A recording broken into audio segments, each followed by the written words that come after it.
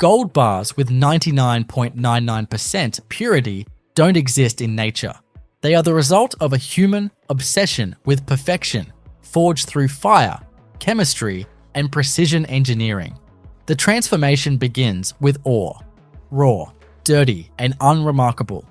Dug from open-pit mines across Nevada and Alaska, this ore contains only a whisper of gold, often less than 1 ounce per ton of rock. Yet the value hidden within is staggering. Mining trucks the size of small houses haul this ore to crushing stations, where it's pulverized into fine dust. These machines weigh hundreds of tons and operate 24/7, reducing giant rocks to particles smaller than a grain of sand. The air inside these facilities is a constant swirl of grey powder and heat. It smells faintly metallic, like hot iron and dust after a thunderstorm. From here, the powdered ore is fed into chemical processing lines designed to tease out the tiniest traces of gold. The most common method is cyanide leaching. Despite its reputation, this process is incredibly efficient. Giant vats, some the size of swimming pools, are filled with a diluted cyanide solution. The crushed rock is soaked for hours or days, and the cyanide binds to the gold, separating it from the worthless material. What results is a liquid called pregnant solution, rich with dissolved gold ions, still invisible to the eye but chemically captured. This solution is then piped into a series of electrowinning cells, where a small electric current forces the gold out of solution and onto steel wool or other cathodes. Over time, the gold plates the surface, flaking off in dull, crumbly deposits that look more like mud than metal. These are collected, dried, and smelted into what's known as d'or bars. These rough, impure bars are the first visible sign of success in the process. A dull, yellowish lump, often stamped with its weight and mine of origin. But d'or is nowhere near pure. It can contain silver, copper, lead, and dozens of trace metals. Some d'or bars are 70% gold, others only 50%. They're more like concentrated ore than finished product. The next step is where the real transformation begins, the refinery. At a gold refinery, everything is cleaner, quieter, and more controlled. This is where chemistry meets craftsmanship. The d'or bars arrive in armored trucks, are unloaded in secured bays, and immediately logged, weighed, and photographed. Each bar is melted in high-temperature induction furnaces, reaching over 1,100 degrees Celsius, hot enough to turn solid metal into glowing orange liquid. This molten gold is then poured into molds to form uniform ingots, which are cooled and then granulated. Granulation is a key step. The solid gold is remelted and poured into cold water, instantly shattering into thousands of tiny beads. This increases the surface area dramatically, which makes the next stage, chemical purification, far more effective. The beads are dried and moved to a series of acid tanks. The most common refining process in the US is the Miller process, named after Francis Bowyer Miller, who developed it in the 19th century.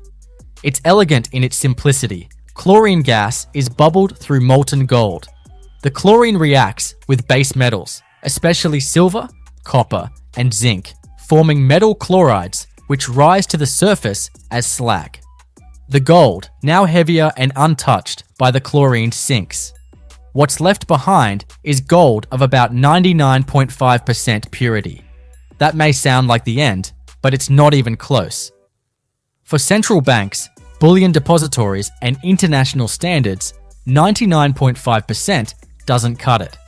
To get to 99.99%, another, more exacting process is required. Enter the Wohlwill process, a masterpiece of electrochemistry. The Miller purified gold is cast into small anodes and suspended in a bath of chloroauric acid, a deep orange liquid. Thin sheets of pure gold serve as cathodes. When electric current flows through the solution, pure gold ions leave the anode and deposit on the cathode atom by atom. Impurities either dissolve and remain in solution or fall away as sludge. This stage can take days, and the rate of deposition must be carefully controlled to avoid defects. Technicians monitor the current, temperature, and chemical concentration constantly. Everything must remain stable. Even tiny fluctuations in the electrolyte can create microscopic faults in the final product. When the process is complete, the cathodes are removed, gleaming sheets of 99.99% pure gold. These are melted again, carefully weighed, and poured into graphite molds to form the final bars. These molds are preheated to prevent thermal shock, and the pouring itself is almost ceremonial. The liquid gold flows like syrup, thick and impossibly bright. There's a moment of total stillness as it settles into the mold, then the hiss of cooling, the sharp tang of hot metal in the air. As the bars solidify, they contract slightly, pulling away from the edges of the mold. Any excess gold on the surface is scraped clean, recycled, and sent back through the system. Once cooled, each bar is carefully removed, cleaned, and polished. Some are brushed to a satin finish, others left with a more raw, matte texture depending on the intended use. But all must meet strict standards before being certified. Precision scales weigh each one to the thousandth of a gram. Spectrometers scan the surface for any trace impurities. If a bar registers even slightly under the 99.99% mark, it's rejected and reprocessed. No shortcuts, no exceptions. Only the most perfect bars are stamped with the hallmark of a recognized refinery, a rectangular punch with the weight, purity, serial number, and refinery logo. Once stamped, the bars are moved into a strictly controlled environment for final inspection and packaging.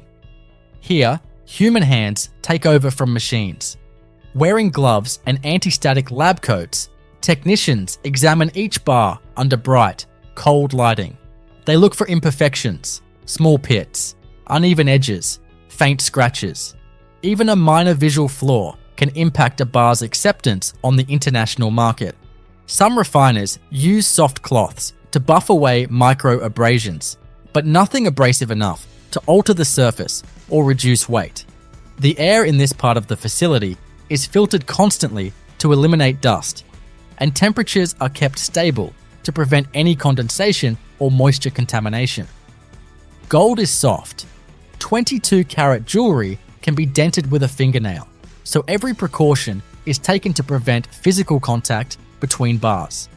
They are handled individually, placed on padded trays or velvet-lined compartments, and spaced apart to avoid scraping. Once approved, the bars are ready to be sealed. Depending on the client, some are vacuum-packed in tamper-proof plastic sleeves, while others are wrapped in corrosion-resistant paper and placed in heavy-duty shipping boxes. For bulk storage, especially for central banks or depository accounts, the bars are stacked in wooden crates lined with foam or hard rubber. These boxes often carry precise packing lists down to the gram, with serial numbers for every bar. Security is paramount. Every box is double-locked, GPS tagged, and hand-delivered by armored courier services, sometimes accompanied by federal marshals or private security firms with ex-military experience. Each shipment is tracked at multiple checkpoints with temperature sensors, tilt detectors, and shock sensors built into the containers. Even a single drop or sudden jolt can prompt a re-inspection upon arrival. But perhaps the most remarkable part of the entire process is how little margin for error exists. Gold at this level of purity is almost unnaturally uniform. Its density is so high, 19.32 grams per cubic centimeter, that even a small bar feels deceptively heavy.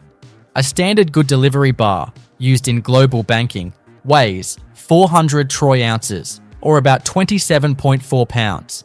That's the weight of a car tire, but compacted into a volume smaller than a loaf of bread. These bars are so consistent in weight and dimensions that high-speed robotic arms can stack them with millimeter precision. In large vaults, they are arranged like bricks, row upon row of glinting metal, each one identical, motionless, and locked in place. There's no room for variation. If a bar deviates even slightly, it's removed and remade. Behind the scenes, the engineering infrastructure needed to support this process is staggering. Take the induction furnaces used for melting gold.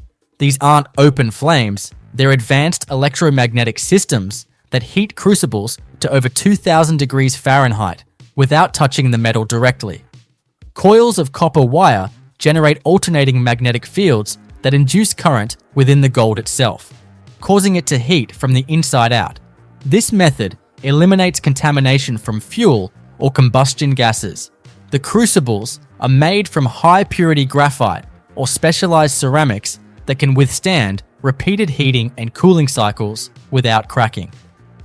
Every batch is logged with its own set of time, temperature, and chemical history. Nothing is left to chance. Even the water used in the cooling processes is treated with extraordinary care. Refineries often operate closed-loop water systems where every gallon is filtered, softened, and treated to prevent mineral buildup or chemical interference. The water is cycled through heat exchangers, chilled, and reused. In some facilities, the water never actually touches the gold. It's used only to cool the molds externally, ensuring consistent solidification without thermal shock. Every mechanical component, from the pour spouts to the mold release arms, is engineered for precision. The slightest misalignment can cause turbulence in the pour, leading to air bubbles or ripples on the bar surface.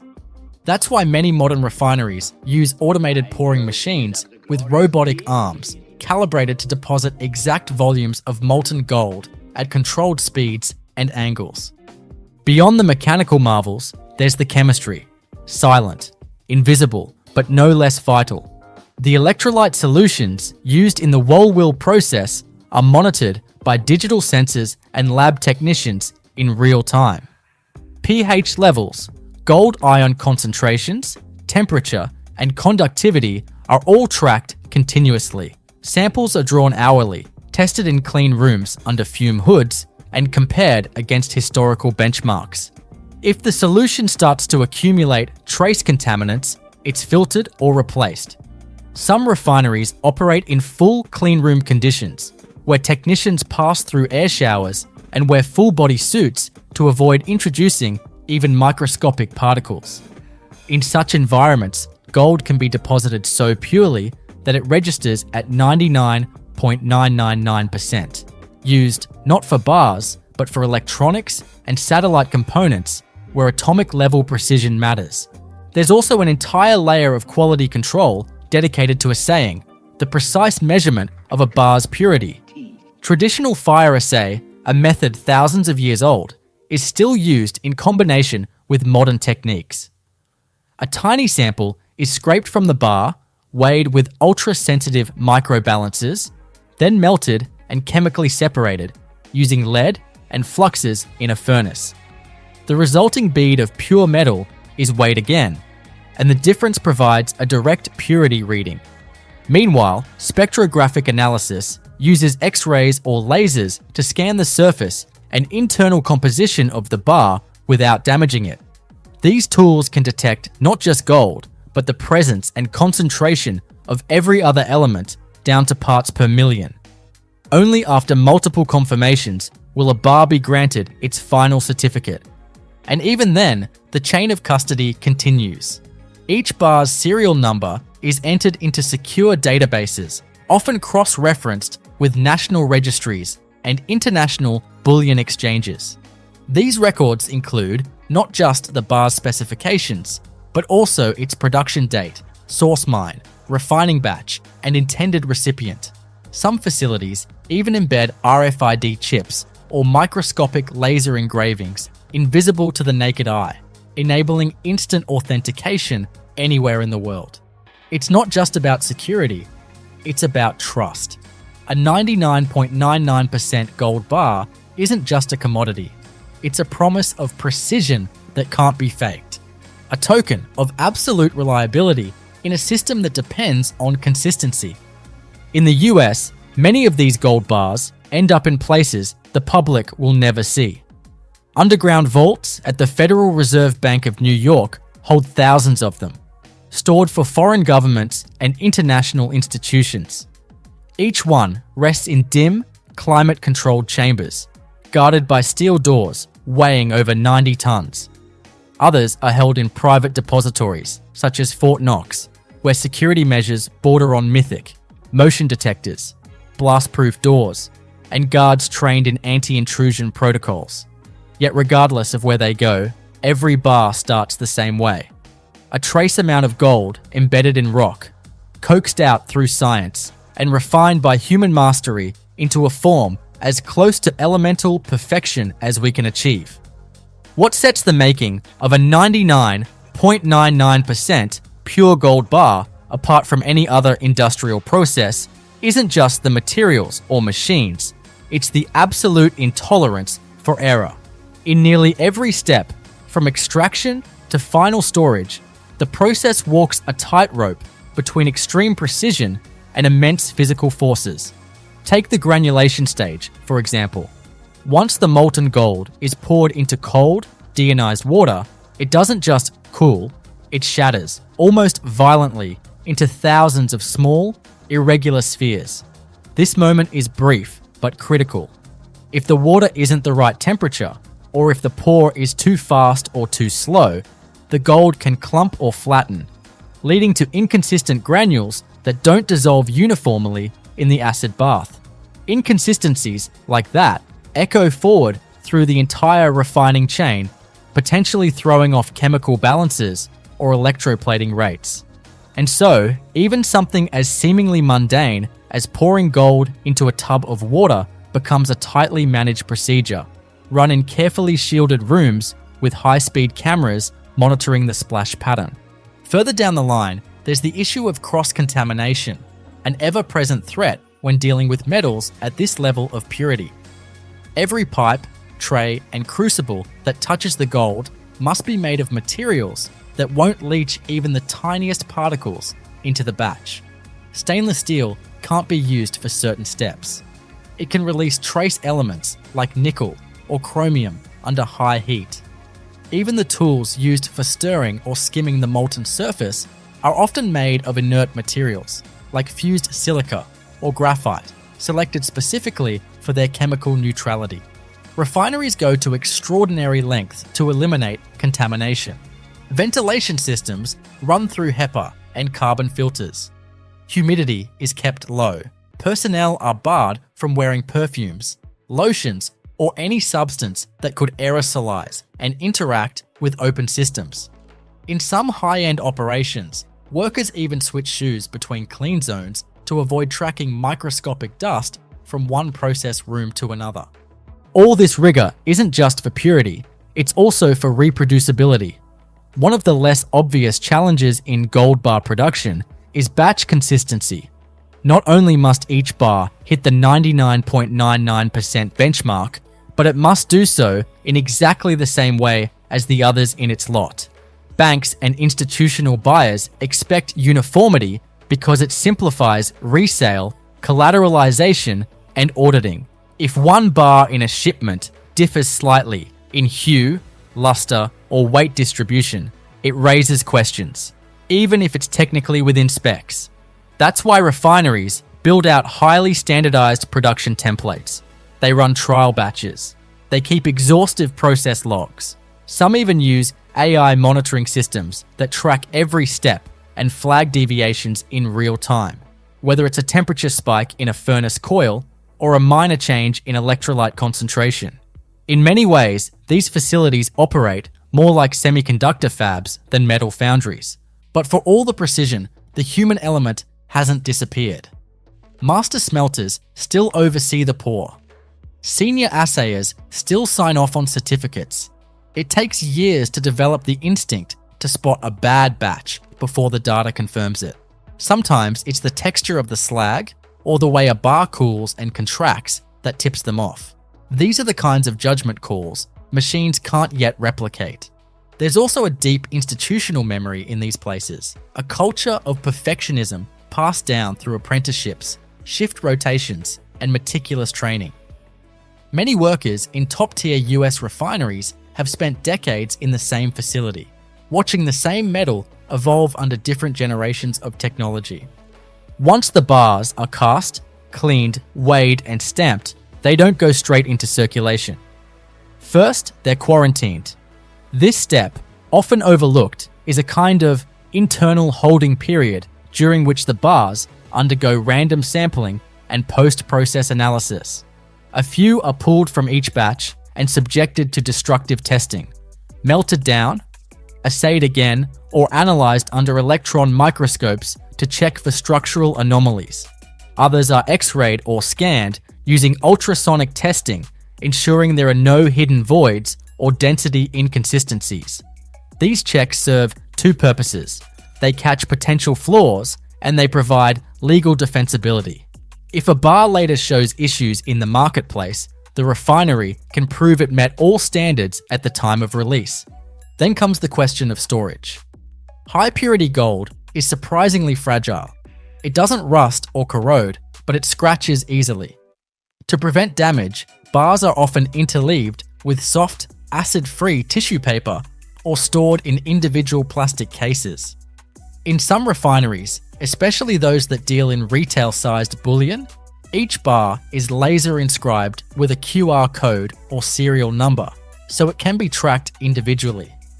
Warehousing systems are built for climate control and load bearing. Floors are reinforced with steel rebar grids. Racks are made of non-reactive alloys. Vault humidity is kept at optimal levels to prevent any kind of surface oxidation. Even though gold is famously inert, its packaging, labels, or container materials may not be. Fire suppression systems use inert gases rather than water or foam.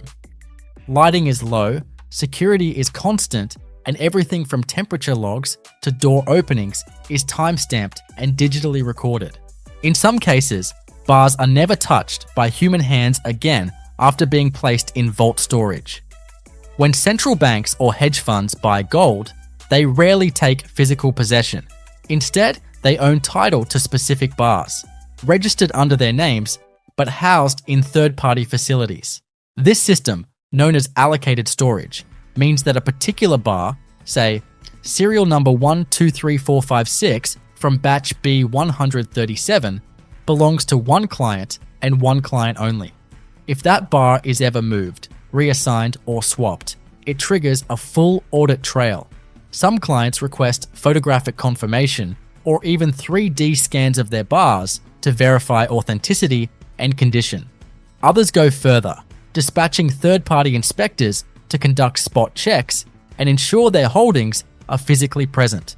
For high net worth individuals and institutions, trust in the chain of custody is everything. Ironically, the purer a gold bar becomes, the less practical it is for everyday use. Pure gold is too soft for jewelry or coins.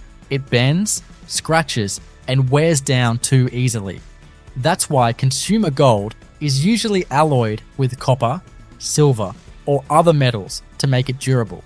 But for financial instruments, purity is power. A 99.99% gold bar is a near-perfect store of value.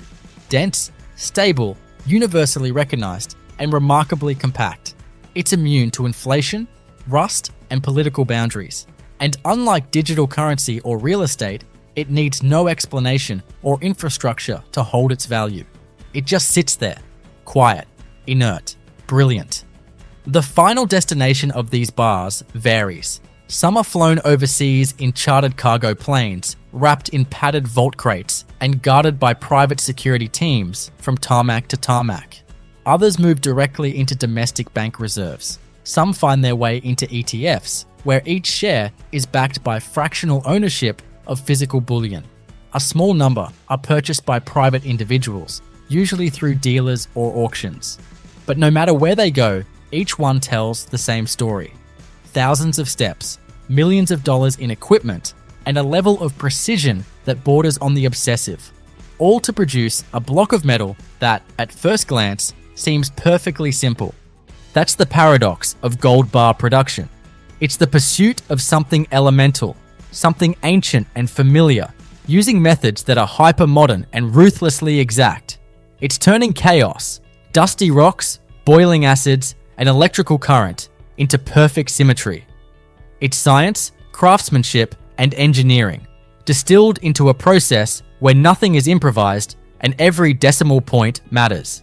And at the end of it all sits a bar, cool to the touch, heavy in the hand, and so pure it reflects almost everything but itself. There's a strange quiet in a gold refinery's final vault chamber. Not silence exactly, the low hum of refrigeration units, the soft whir of air filtration, the occasional mechanical click of a motion sensor, but a kind of acoustic softness that comes from rooms surrounded by concrete, steel, and thousands of pounds of the world's most coveted metal.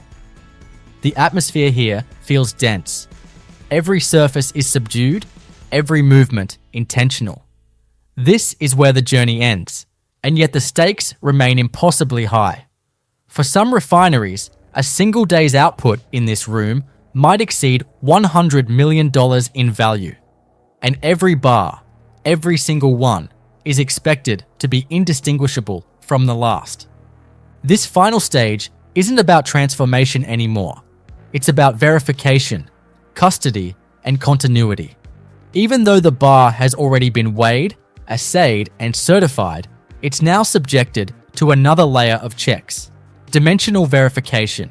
Specially calibrated laser scanners measure the bar's exact length, width, height, and even corner curvature.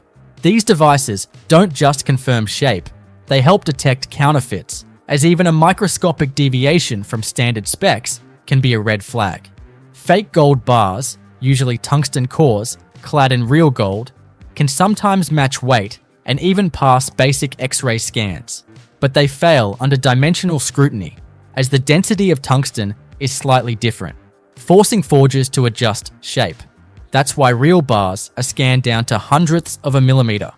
These final specs are added to the bar's unique record, stored in the refinery's internal ledger and sometimes uploaded to centralized databases for international validation. Once that's complete, the bar is sealed, either in a tamper-evident plastic sleeve for retail bars or packed with a specific orientation into vault-safe shipping cases for institutional bars.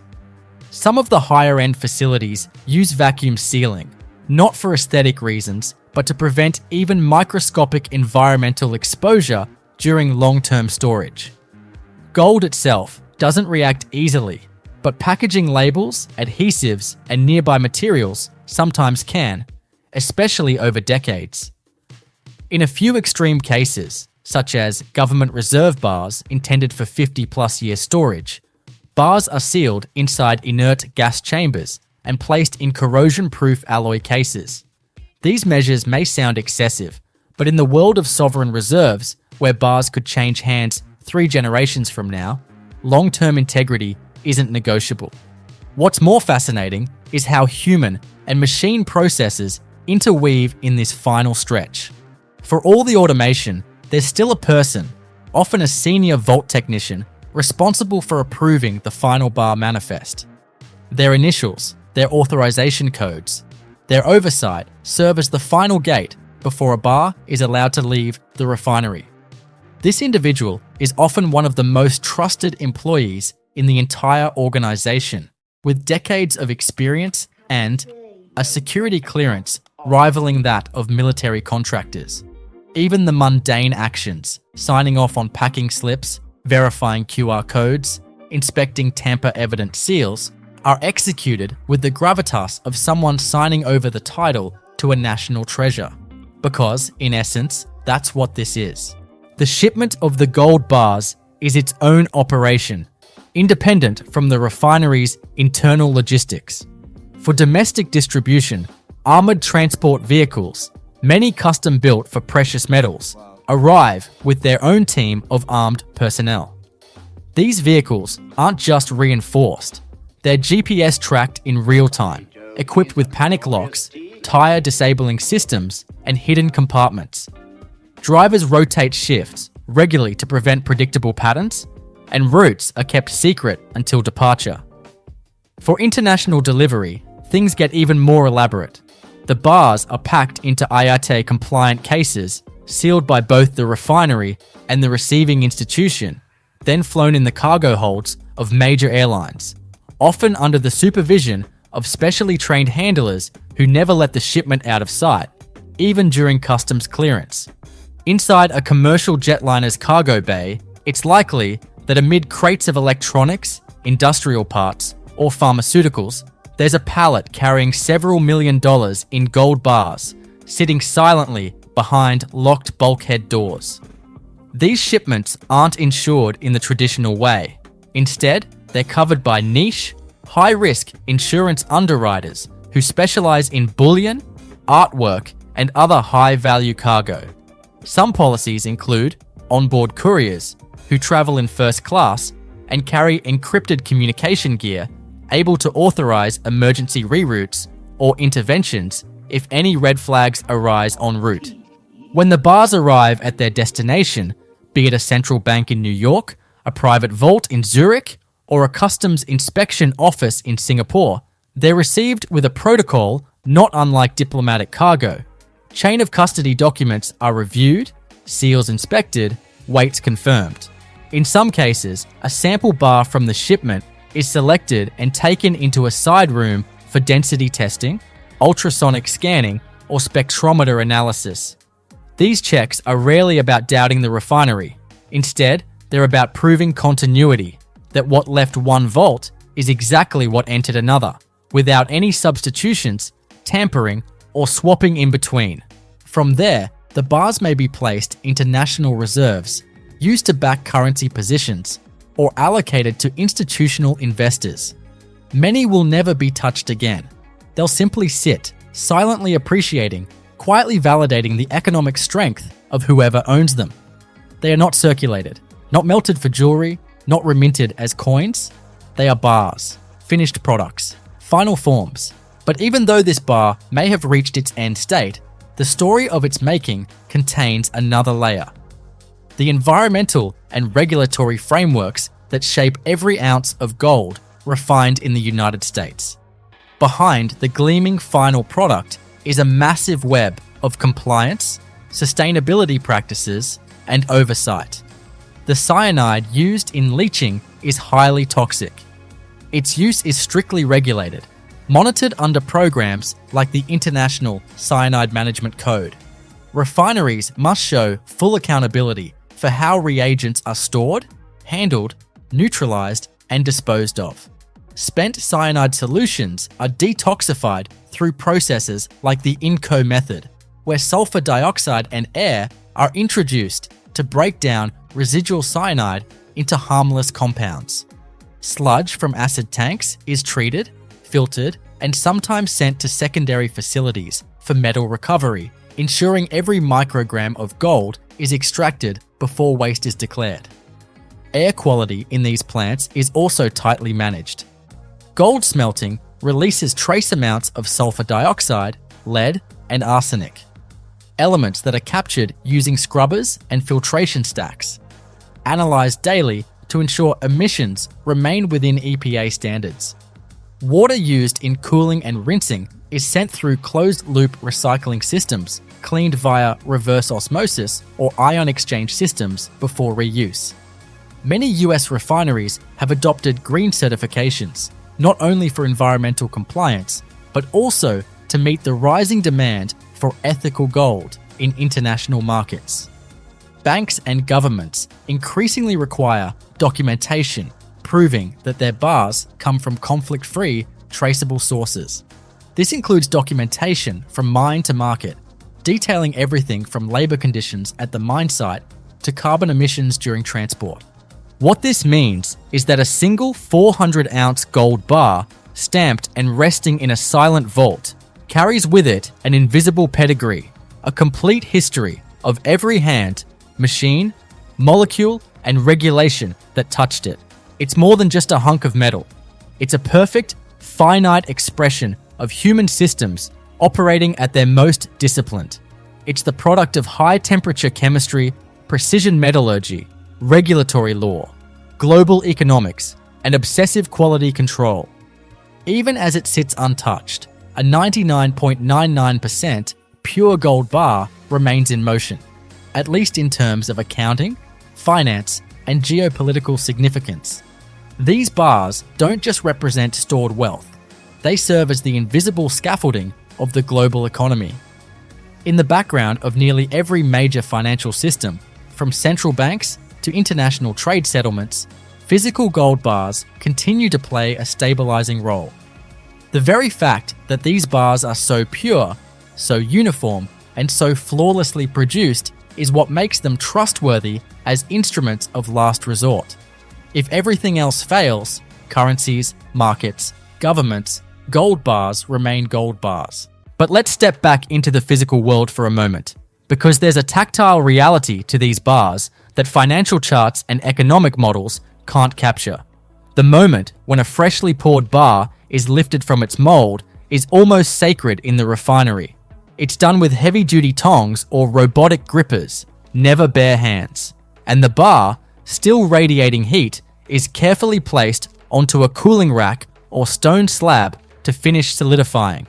The metal is firm by then, but its surface is still soft enough to retain any texture or pressure. Even a loose fleck of slag or an unintentional brush of metal tools can leave permanent marks. That's why this phase is so tightly choreographed. The goal is to cool the bar uniformly, avoiding warping or stress fractures while keeping it perfectly isolated from contamination. One of the lesser-known steps during this cooling stage is visual tempering, an inspection technique done entirely by eye. Experienced technicians can read surface cooling patterns and color gradients like a kind of metallic weather map. A too rapid cool will leave cloudy ripples. A pour that wasn't hot enough may settle with uneven edges. And while these may not affect purity, they do affect marketability. Aesthetic uniformity isn't just a point of pride, it's a requirement for trade. That's why many bars are rejected not because of chemical flaws, but because of visual inconsistency. Refineries don't gamble on perception. If a bar doesn't look perfect, it gets recast. This leads to another fascinating quirk in the life of a gold bar: the possibility of reincarnation. Not metaphorically, literally. Some bars are melted and recast multiple times before ever leaving the refinery. Maybe the surface pitted slightly. Maybe the serial stamp wasn't aligned. Maybe the weight was 0.2 of a gram outside the tolerance band. Whatever the reason, the bar goes back into the crucible, melted into a new pour, and sent through the process again. Gold doesn't degrade through this cycle. It doesn't lose purity. It just continues, reshaped and refined, until it meets every single benchmark. In this sense, the pursuit of perfection is less about the first attempt and more about never compromising on the final result. And then there's the human awe. For all the technical brilliance of gold bar production, there's something primal about holding one.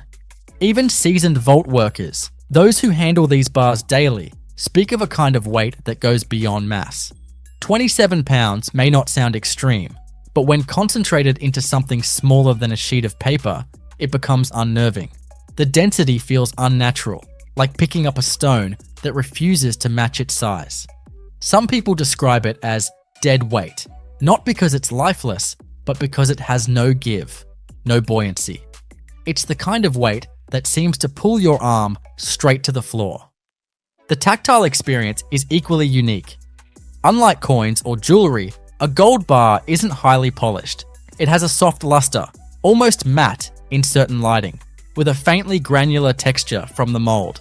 When tapped gently, it doesn't ring, it gives a dull thud. That's the sound of density. Some older bars, cast decades ago, have developed surface patterns called cooling lines. Subtle waves and ripples formed as the molten metal settled into shape.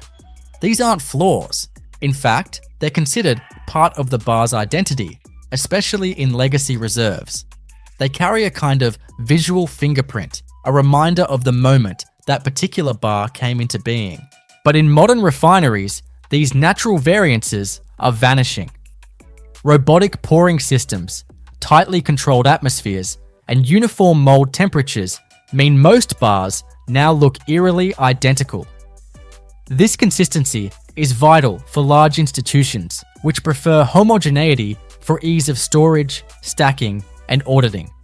Yet in private collections or boutique mints, some buyers actually seek the imperfections, the tiny bubbles, the edge variations, the one-of-a-kind swirls on the surface. These bars tell a richer story. They hint at the hands behind the process, the heat of the forge, the moment of transformation frozen in gold. Even so, these slight surface differences never interfere with what matters most: purity. At 99.99%, the gold is considered investment grade, eligible for good delivery status on international exchanges.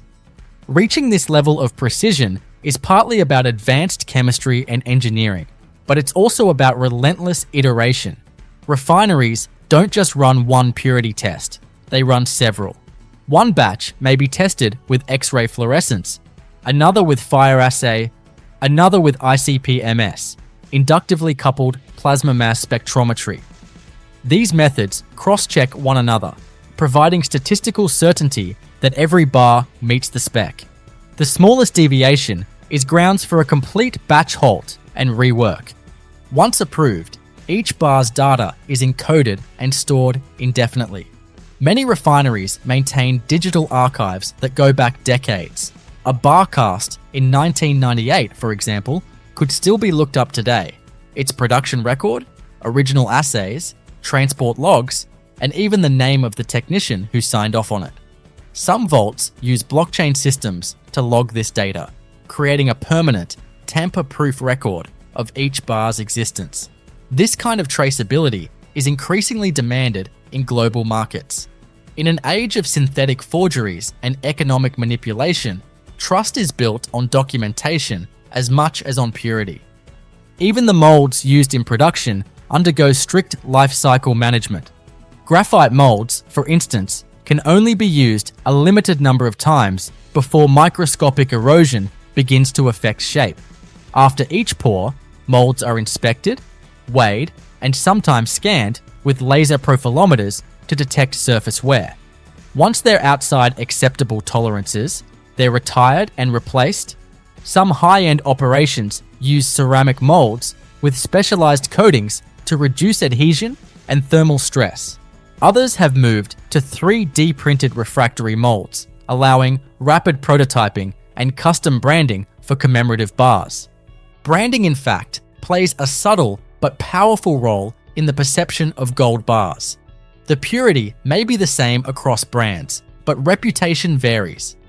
Bars from established institutions like Johnson Matthey, Pamp Suisse, or the US Mint often command premiums, not because they're more gold, but because they carry the weight of heritage, trust, and flawless track records. It's not unlike buying a luxury watch. The timekeeping may be identical, but the name on the face changes everything. Some buyers collect bars from specific refiners, others prefer bars with specific design features like holographic seals or artistic engravings. In this way, even the most utilitarian form of gold can become an object of desire beyond its weight. And still, the course experience remains the same. Beneath every brand, behind every process, beneath every layer of security and precision, a gold bar is a static miracle. Nothing about it happens by accident.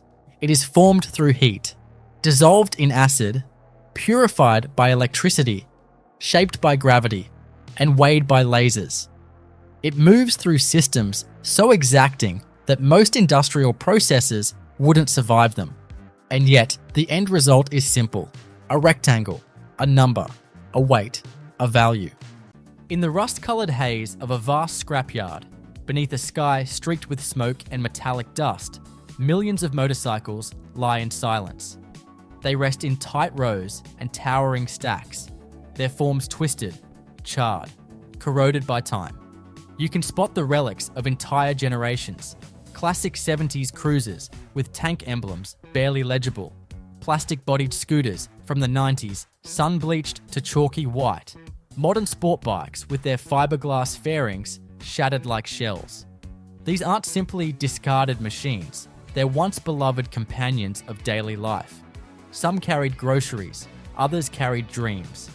And now, together, they form a mountain of expired utility, awaiting transformation in one of the most remarkable recycling operations on Earth.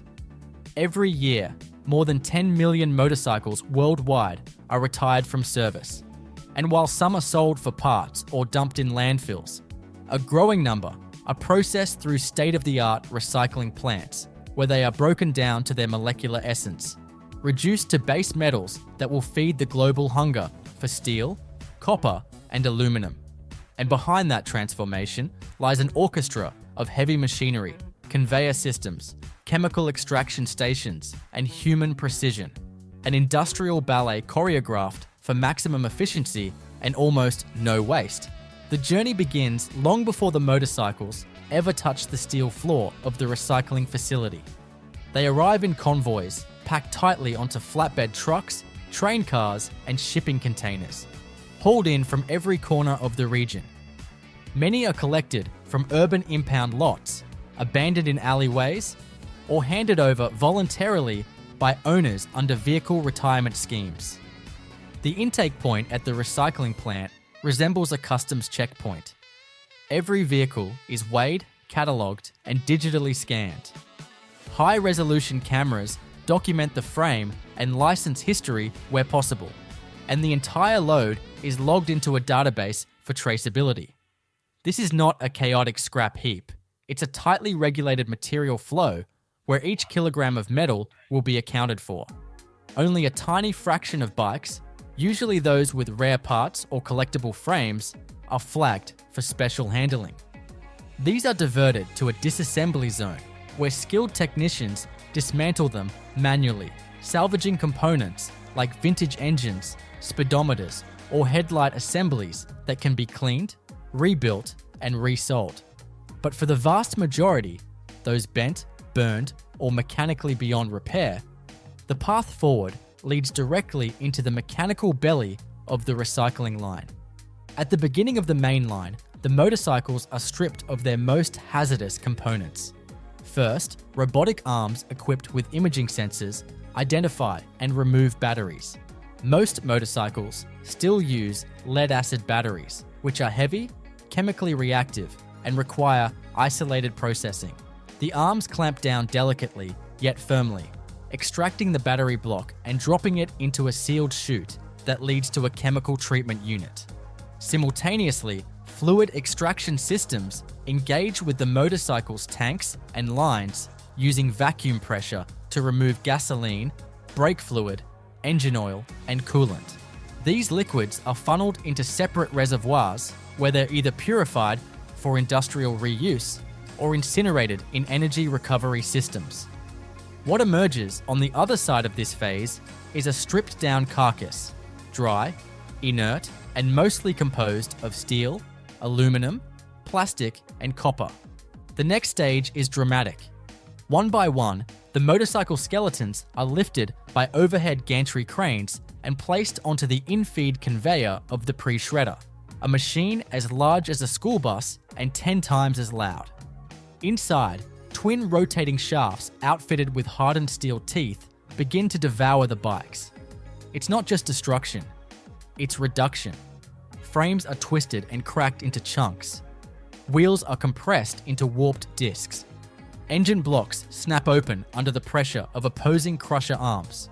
The goal here is to fragment the motorcycle into pieces no larger than a loaf of bread, each piece small enough to be moved, sorted, and processed by the downstream machinery. The sound is overwhelming, a mechanical grinding, punctuated by pops of bursting tires, clinks of sheared bolts, and the occasional shriek of a part resisting the inevitable. The shredded output is conveyed upward by a steel escalator, disappearing into the towering heart of the facility, the main shredder. This shredder operates like a beast possessed. It contains a rotor the size of a van, spinning at hundreds of revolutions per minute, armed with hammers made from manganese steel. As the pre-shredded material falls in, It's pulverized into fragments the size of a fist or smaller. Steel tubes are torn open. Aluminum casings crumble. Copper wires unravel into tangled filaments. It's here that the materials are truly liberated from their previous forms. Each second, over 500 kilograms of motorcycle matter pass through the shredder's hungry mouth. The system is so tightly sealed that dust and vapor are sucked into massive air filtration towers, where they're cooled, filtered, and scrubbed before being released. What emerges on the other side of the shredder is no longer a motorcycle in any recognizable sense. It's a mixed stream of recyclable metals and industrial fluff, plastic shards, rubber fragments, bits of fiberglass, and fabric from seats and saddlebags. The real sorting begins here.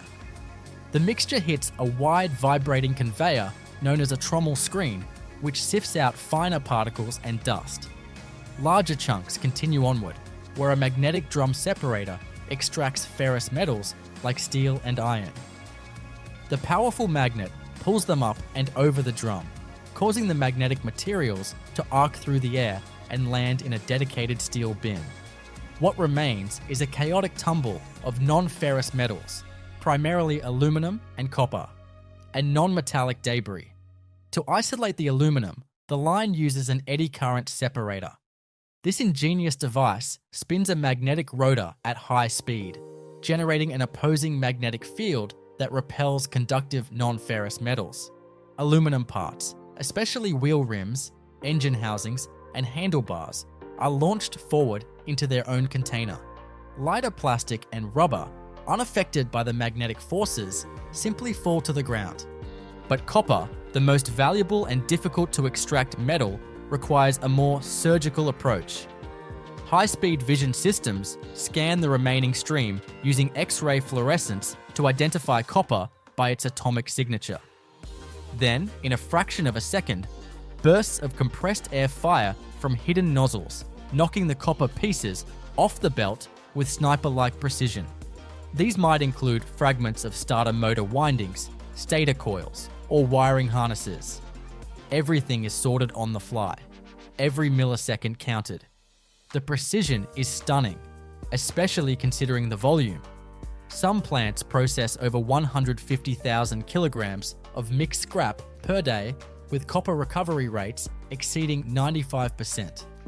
All of this takes place in a sealed environment where airflow, temperature, and particulate levels are continuously monitored. The facility smells faintly of burnt oil and ozone, tinged with the acrid bite of hot metal. But the air itself is filtered, breathable, safe. By the time this process is complete, the motorcycle has been broken down into its essential building blocks: high-grade scrap steel, clean aluminum fractions, pure copper, and a residual waste stream. These materials are loaded into enormous steel bins, labeled by metal type and grade. The steel, by far the largest component, is destined for electric arc furnaces at regional steel mills. There, it will be melted at over 1,600 degrees Celsius and poured into molds for rebar, I-beams, or sheet stock. Some of it may be used in automotive stamping plants, some might be rolled into coils and shipped globally for construction. But all of it will have begun its second life in that facility, as part of a complex chain of machines designed to turn dead motorcycles into raw possibility. Inside the steel mill, the recycled scrap begins its final transformation. The journey from junk to molten metal is an act of industrial alchemy that unfolds in towering chambers of heat and sound. The steel recovered from shredded motorcycles is offloaded by magnetic cranes into massive storage hoppers called charging bins. Each batch is analyzed using spectrographic sensors to determine its exact alloy composition, how much carbon, manganese, chromium, or residual copper it contains. The analysis is critical because not all steel is created equal. Depending on its destination, the recycled metal might need to be reformulated into high-strength structural steel, corrosion-resistant sheet steel, or spring-tempered steel for mechanical components. Based on the analysis, metallurgists determine how much virgin iron, flux agents, or alloying elements to add before the scrap is melted. The steel mill's heart is the electric arc furnace, a cavernous, dome-shaped reactor that uses giant graphite electrodes to generate temperatures of over 1,600 degrees Celsius. When the scrap is loaded into the furnace, the entire building vibrates slightly from the impact. The lid closes and the electrodes are lowered. Then, with a thunderclap and a blinding flash of blue-white light, the electric arc ignites. The energy here is staggering. Each arc can consume enough electricity in a single melt to power hundreds of homes for a day. Yet despite the scale, the process is tightly controlled. Sensors monitor everything: temperature, gas emissions, arc stability, and slag formation. The molten steel bubbles and glows as impurities are drawn to the surface and skimmed away.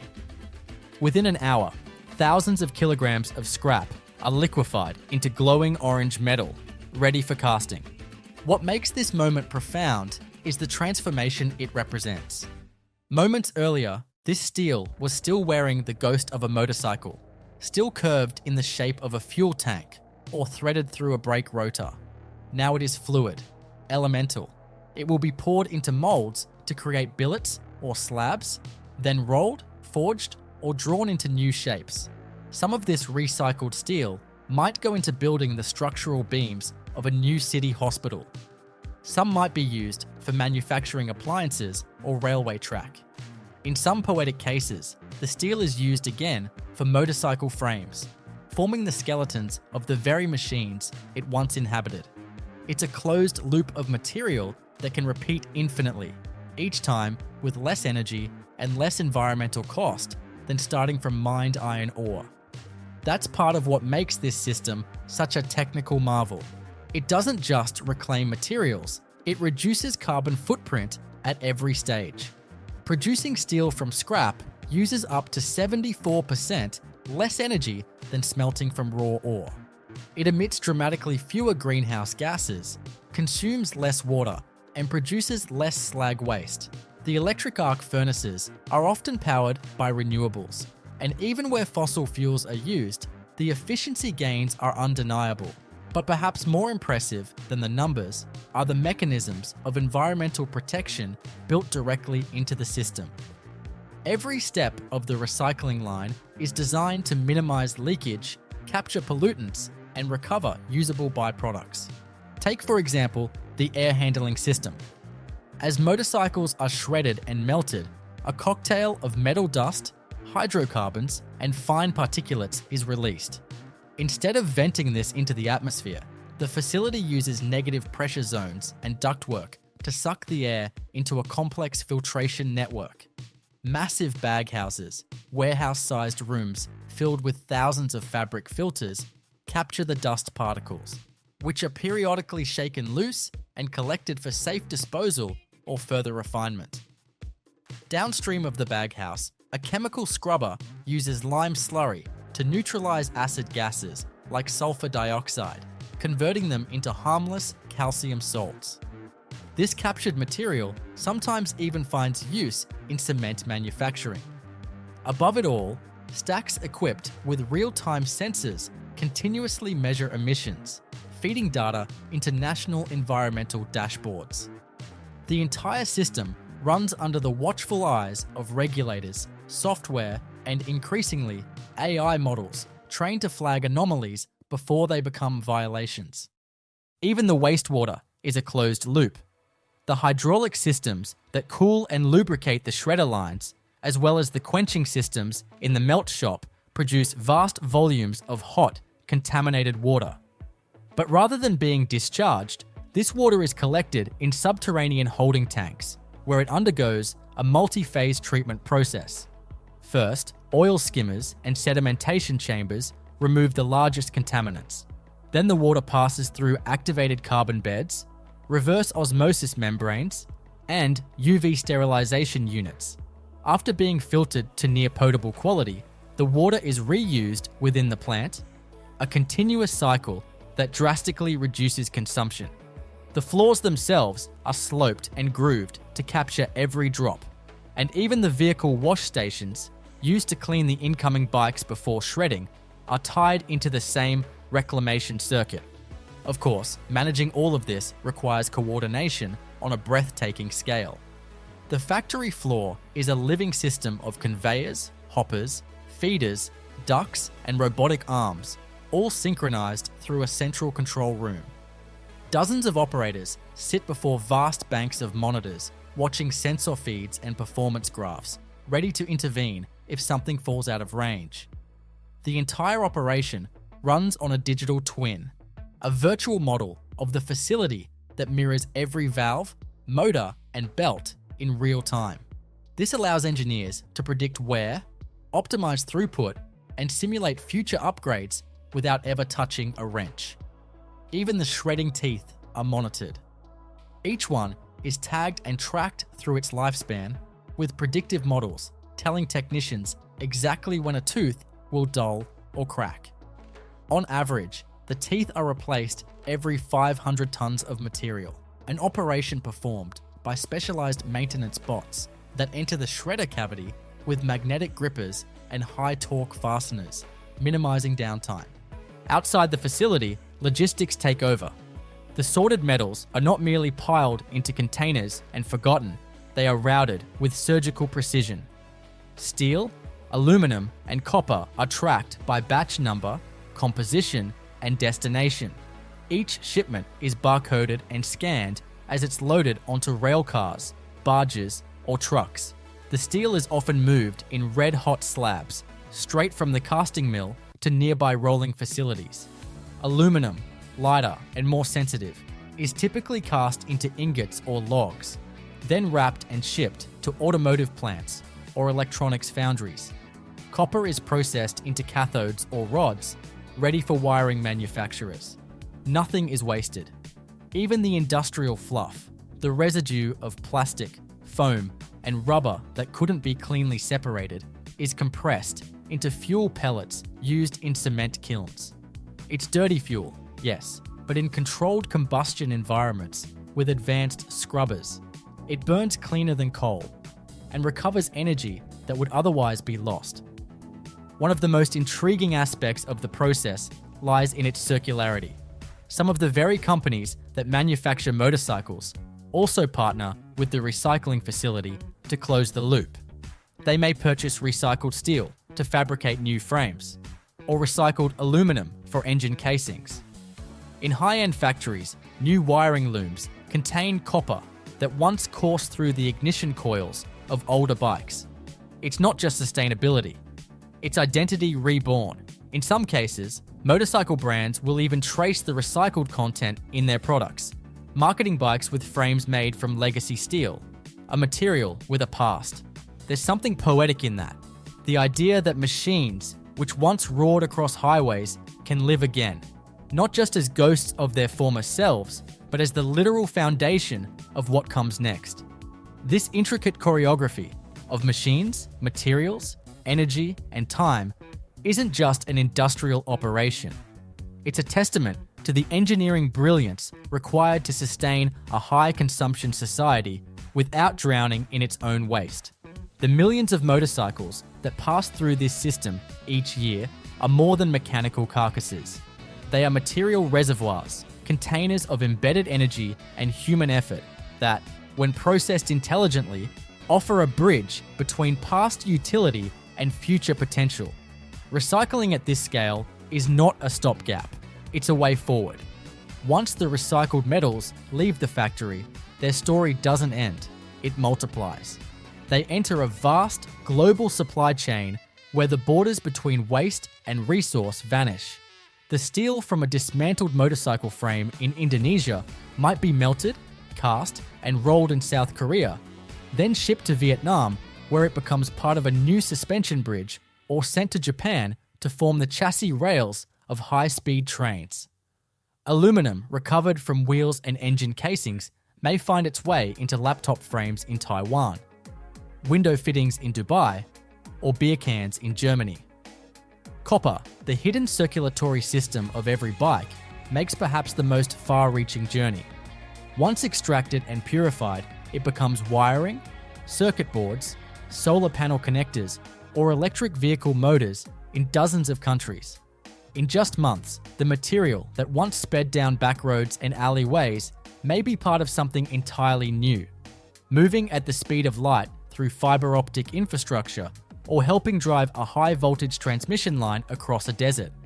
The scale of this flow is staggering. Global scrap steel trade is measured not in tons, but in megatons, hundreds of millions every year. Motorcycle recycling contributes a specific but crucial fraction to that stream. While cars dominate in volume, motorcycles punch above their weight in value because of their dense concentration of high-grade steel, cast aluminum, and concentrated copper. A single motorcycle, fully stripped and processed, can yield between 80 to 150 kilograms of usable ferrous material and another 10 to 20 kilograms of non-ferrous metals. When multiplied by millions of units, the economic value becomes clear. This isn't simply a cleanup effort, it's a multi-billion-dollar industry fueled by the raw reality that mined resources are expensive, environmentally costly, and increasingly scarce. The economics of this system are both intricate and surprisingly resilient. Scrap metal prices fluctuate daily, influenced by commodity exchanges, fuel costs, industrial demand, and geopolitical pressures. But the recycling process itself remains profitable, thanks to its high recovery rates and streamlined logistics. Facilities are often located strategically near ports, steel mills, or industrial hubs to reduce transport costs. In some regions, governments provide subsidies or tax incentives to encourage vehicle recycling, especially for older, high-emission models. In others, the profit motive alone is sufficient. Many large motorcycle manufacturers even form direct partnerships with scrap processors to ensure a steady flow of post-consumer material, allowing them to hedge against volatile raw material costs while marketing their products as partially made from recycled content. Even more fascinating are the second-order effects of this industry, the unintended, sometimes surprising ways recycled motorcycle parts re-enter the economy outside traditional metal channels. In certain regions, especially in Southeast Asia and parts of Africa, large-scale recycling operations coexist with informal salvage economies. Before the motorcycles even reach the shredding line, parts are often removed and sold piecemeal into bustling secondary markets. Frames may be cut and welded into cargo tricycles. Engine components are repurposed into water pumps or generators. Aluminum foot pegs are melted down in backyard forges to create cooking pots. There's a raw ingenuity to this kind of reuse, a level of manual upcycling that modern industrial systems rarely achieve. But not everything salvaged is functional. In some cities, shredded motorcycle chains are reformed into industrial-grade anchoring systems. Old brake rotors become base plates for small turbines or drilling rigs. Even motorcycle seats, stripped of their leather and foam, contribute to the reconstitution of industrial insulation panels, or are chipped and bonded into synthetic flooring. Some fashion designers have even taken to buying seat vinyl, repurposing the worn textures into bags or accessories with upcycled industrial chic aesthetics. In this way, the physical trace of the motorcycle survives long after its function ends, not just melted into anonymity, but reconfigured into surprising new forms. Still, the backbone of the system remains automation and large-scale refinement. Recycling centers are increasingly investing in smart tracking systems to trace every input and output. Barcodes and RFID tags affixed to bins of sorted material allow real-time monitoring of inventory and movement. Machine learning systems analyze throughput data to optimize the shredding and sorting processes. Maintenance schedules for equipment are driven by predictive algorithms that can forecast wear rates based on load histories and environmental conditions. In many cutting-edge facilities, even the noise profile of machines is monitored. Anomalous vibration or acoustic patterns are interpreted as early signs of mechanical failure. The factory becomes not just a processor of waste, but a self-monitoring ecosystem, constantly evolving to squeeze out inefficiencies and adapt to changes in material input or market demand. These factories often operate continuously, 24 hours a day, 7 days a week. Shift changes happen like clockwork, with operators rotating through control rooms, floor inspections, and maintenance tasks. Downtime is costly, and with material arriving by the ton every hour, the pressure to keep systems running is relentless. But the payoff is huge. A single high-capacity motorcycle recycling facility can process upwards of 500 bikes per hour, reclaiming hundreds of tons of raw materials daily. That's enough steel to manufacture the frames of nearly 1,000 new motorcycles. In a week, it could fill the steel skeletons of 100 public buses. In a year, one plant alone might recover enough copper to wire a mid-sized city. All of this exists within a larger question. What happens to end-of-life vehicles in a world increasingly shaped by sustainability mandates and resource limitations? Motorcycles, while efficient and economical, are also part of a disposable culture that generates complex waste. Recycling is the only viable long-term solution for managing the materials locked inside these machines, especially as electric models begin to dominate the market. The future promises new challenges: lithium-ion batteries with entirely different chemistry and risk profiles, electric motors embedded with rare earth metals, and electronic control units filled with delicate circuit boards. These changes will require new machines, new processes, and entirely new recycling paradigms. But the foundation, the philosophy of resource recovery through precision engineering, will remain the same. And perhaps that's what makes the entire process so compelling. It's not just about destruction. It's not just about economics. It's about the capacity to see value where others see junk. It's about systems built not to discard, but to rediscover. Each motorcycle that enters the line may have died a private death, in an alleyway, a garage, a junkyard, but it re-emerges as part of a shared industrial future. A frame becomes a bridge. A wheel becomes a skyscraper beam. A copper wire becomes a solar inverter. Nothing disappears. It just changes shape. For all its steel teeth, flashing sensors, and algorithmic choreography, the soul of a motorcycle recycling facility is still very much human. Walk across the factory floor during a mid-morning shift change and you'll find a rhythm that has more in common with a pit crew than an assembly line. Workers in orange or dark blue coveralls file through decontamination gates, clip on radios, check their digital shift boards, and head to their stations. There's a smell of machine oil and warm metal in the air, mixed with the oddly sweet tang of ozone drifting from high voltage areas. Forklifts move with balletic precision, their drivers glancing briefly toward overhead displays showing load weights, battery charge levels, and priority queues. Some workers spend their days operating heavy cranes or managing input bays. Others rotate through the sorting line, keeping an eye on separation efficiencies and occasional machine jams. At first glance, the factory seems fully automated, but it's the humans who keep it honest, who tweak settings based on feel, who know from experience when a magnet's pull is weakening or when a shredder's tempo has slipped half a beat. Many of these workers have been in the industry for years. They've watched the evolution of the process from the days of mostly manual disassembly, sledgehammers, oxyacetylene torches, and hydraulic shears, to today's system of robotic arms and intelligent shredders. Yet they'll tell you something quietly. Some of the old machines still work better. In a few tucked away corners of even the most modern facilities, you'll find legacy gear still in use. Not because it hasn't been replaced, but because it hasn't been outperformed.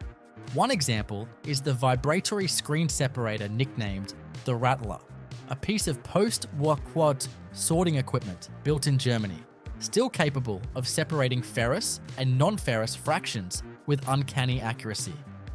The machine roars and shudders like an old locomotive, yet its output is remarkably clean. Nearby, a manually controlled press, thick with layers of repainted steel and worn-down analog gauges, compresses recovered aluminum into dense cubes for transport. There are digital alternatives, but this one's simplicity makes it nearly bulletproof.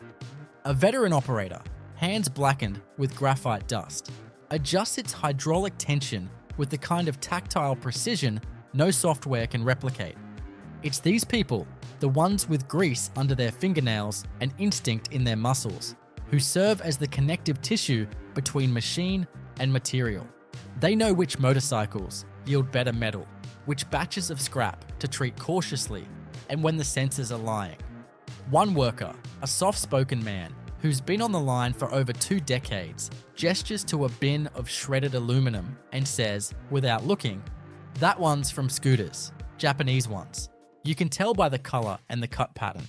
They use a different casting alloy. Melts smoother." He's right. Engineers later confirm the batch is rich in silicon-heavy aluminum alloy, prized for certain high-precision die casting applications. No machine in the building could have made that call unaided. The engineering staff, most of whom operate from a central control and diagnostics hub, bring their own kind of expertise. These are the people who built the system's nervous system, who manage everything from torque loads to arc furnace phase balancing to real-time emissions feedback. Some are trained metallurgists, others are software engineers, and a few are former line workers who worked their way into diagnostics through years of internal training. Together, they keep the factory balanced on a knife edge of efficiency and safety. At any given time, they're tracking hundreds of variables: conveyor speeds, wear rates, motor temperatures, energy draw, hydraulic pressure, emissions load, and batch yield ratios. When something goes wrong, and it always does eventually, it's often these engineers who must trace the failure through a web of interconnected systems. A minor vibration in the copper ejection air jets might be traced back to a fouled sensor deep in the eddy current separator. A slightly skewed camera feed might mean a 0.5 millimeter misalignment on a critical robotic picker arm. The process of diagnosis is as much art as it is science. Safety, too, is an omnipresent concern. Despite the automation, this is still a place of extreme forces. Materials are under crushing pressure. Arcs crackle with enough power to vaporize metal.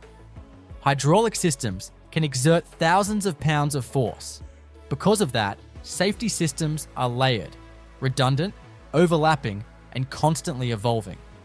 Workers wear RFID tags that trigger alarms if they stray into restricted zones.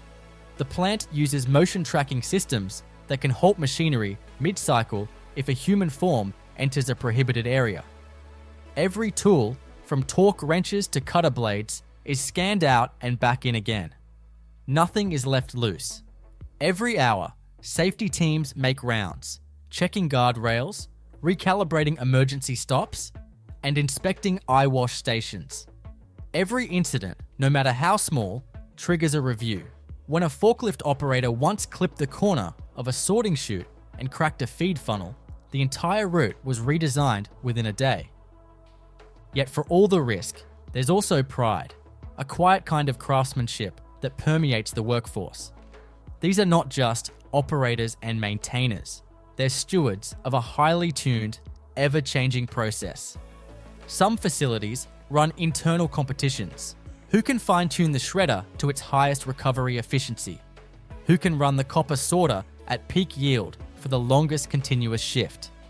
The numbers are tracked on whiteboards, sometimes even lit up on LED displays hanging in the break rooms. Small rewards, an extra bonus, a team lunch, a new set of tools, add a layer of camaraderie to what is otherwise a hard, often monotonous job. But it's more than incentives. It's the sense of doing something that matters. When asked why he stays in the job, one supervisor, a former motorcycle mechanic himself, simply says, "Because everything we take apart ends up helping build something else that means something." There's also a deep sense of responsibility. especially when it comes to the more volatile or dangerous materials still embedded in older bikes. Older motorcycles often contain leaded components, asbestos-based brake linings, or plastic panels laced with fire retardants that release toxins when shredded. These parts require special handling. Teams are trained to recognize specific models and years that trigger caution protocols. In some cases, bikes are diverted to dedicated decontamination lines, where suspect materials are removed by hand under ventilated hoods and placed into secure chemical waste containers. Even trace materials like PCB coatings on early circuit boards are accounted for, scanned, and sent to specialized electronic waste partners for safe disposal or incineration. It's meticulous, slow work, but essential for keeping the larger recycling process clean and compliant. As technology advances, the role of the human will inevitably shift, but it won't disappear. The machines may get smarter, the software more predictive, the processes more hands-off, but there will always be a place for judgment, for touch, for the uncanny human ability to spot the flaw in the system before it becomes a problem. And in many ways, that fusion of man and machine is what defines the modern recycling line. It is not automation for its own sake. It's a co-evolution where each improves the other. There's a beauty in that. A rough, industrial poetry. These are places built to consume the broken, the obsolete, and the unwanted. But through fire, force, and intelligence, they give those objects a second chance. And it's not just the motorcycles that get reborn, it's the people too. The workers who turn wreckage into raw material, who bring order to chaos, who spend their days under the shadow of machines and emerge each shift with the quiet satisfaction that they've helped the world go one step further away from waste. The future is rolling in on quiet wheels.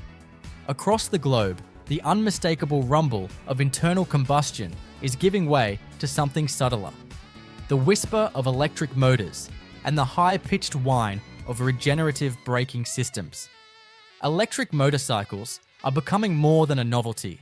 They're a necessity, driven by climate mandates, urban air quality goals, and the global push to decarbonize transport. Entire nations are beginning to shift their two-wheeled fleets towards battery power. It's a massive transition, and it's not just changing what rolls off the factory floor, it's redefining what ends up on the recycling line.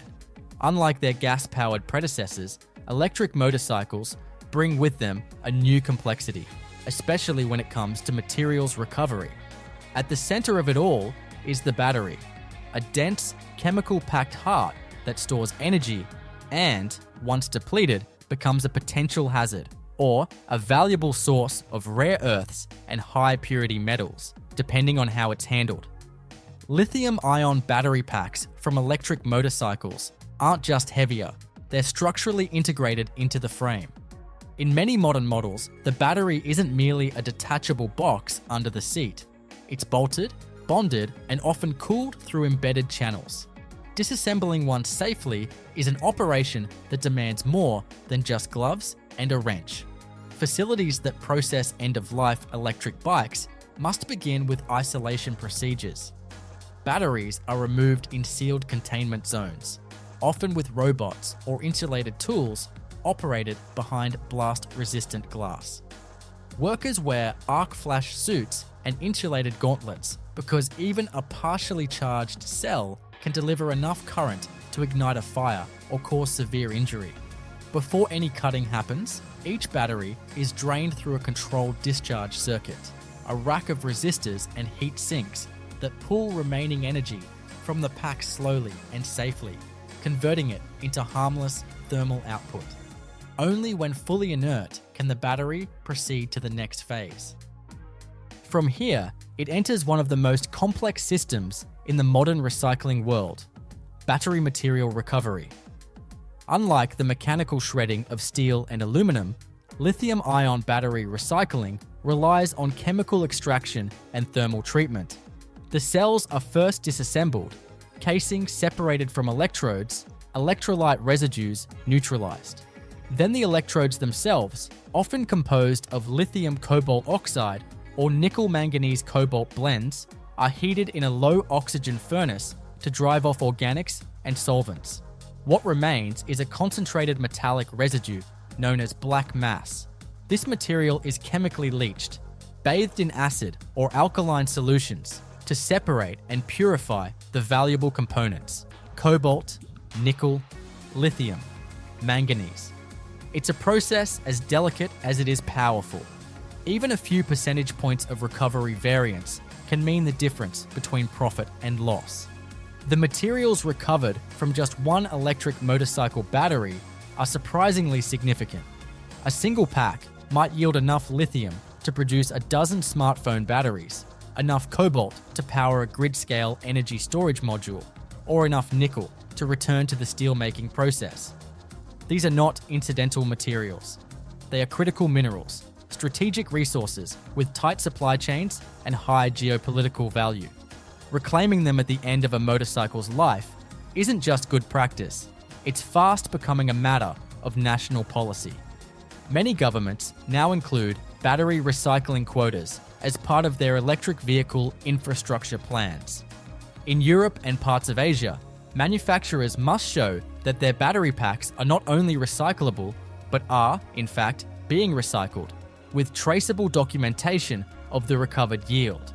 It's a compliance layer that forces the integration of recyclers directly into the manufacturing and logistics loop. But batteries are only one part of the electric motorcycle challenge. The motors themselves bring their own complications.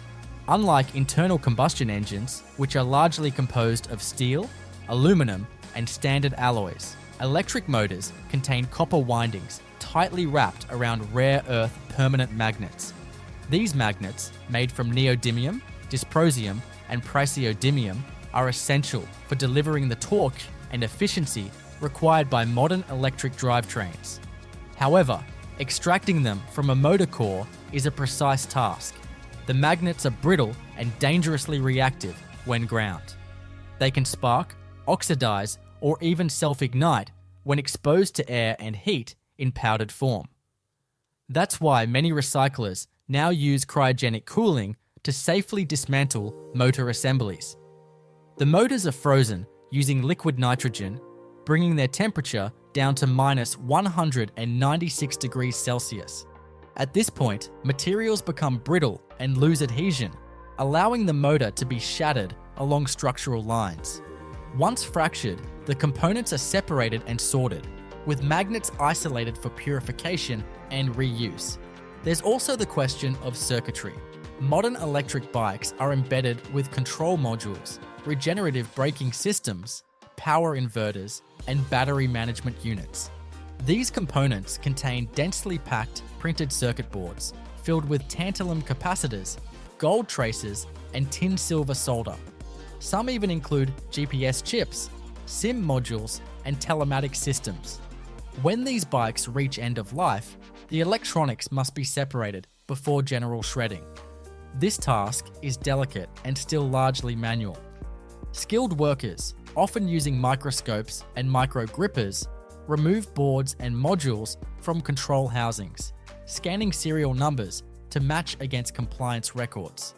Once harvested, the boards are passed to specialized e-waste processors, facilities equipped with high-temperature pyrolysis chambers or acid leaching systems capable of recovering minute quantities of precious metals from a tangle of silicon and resin.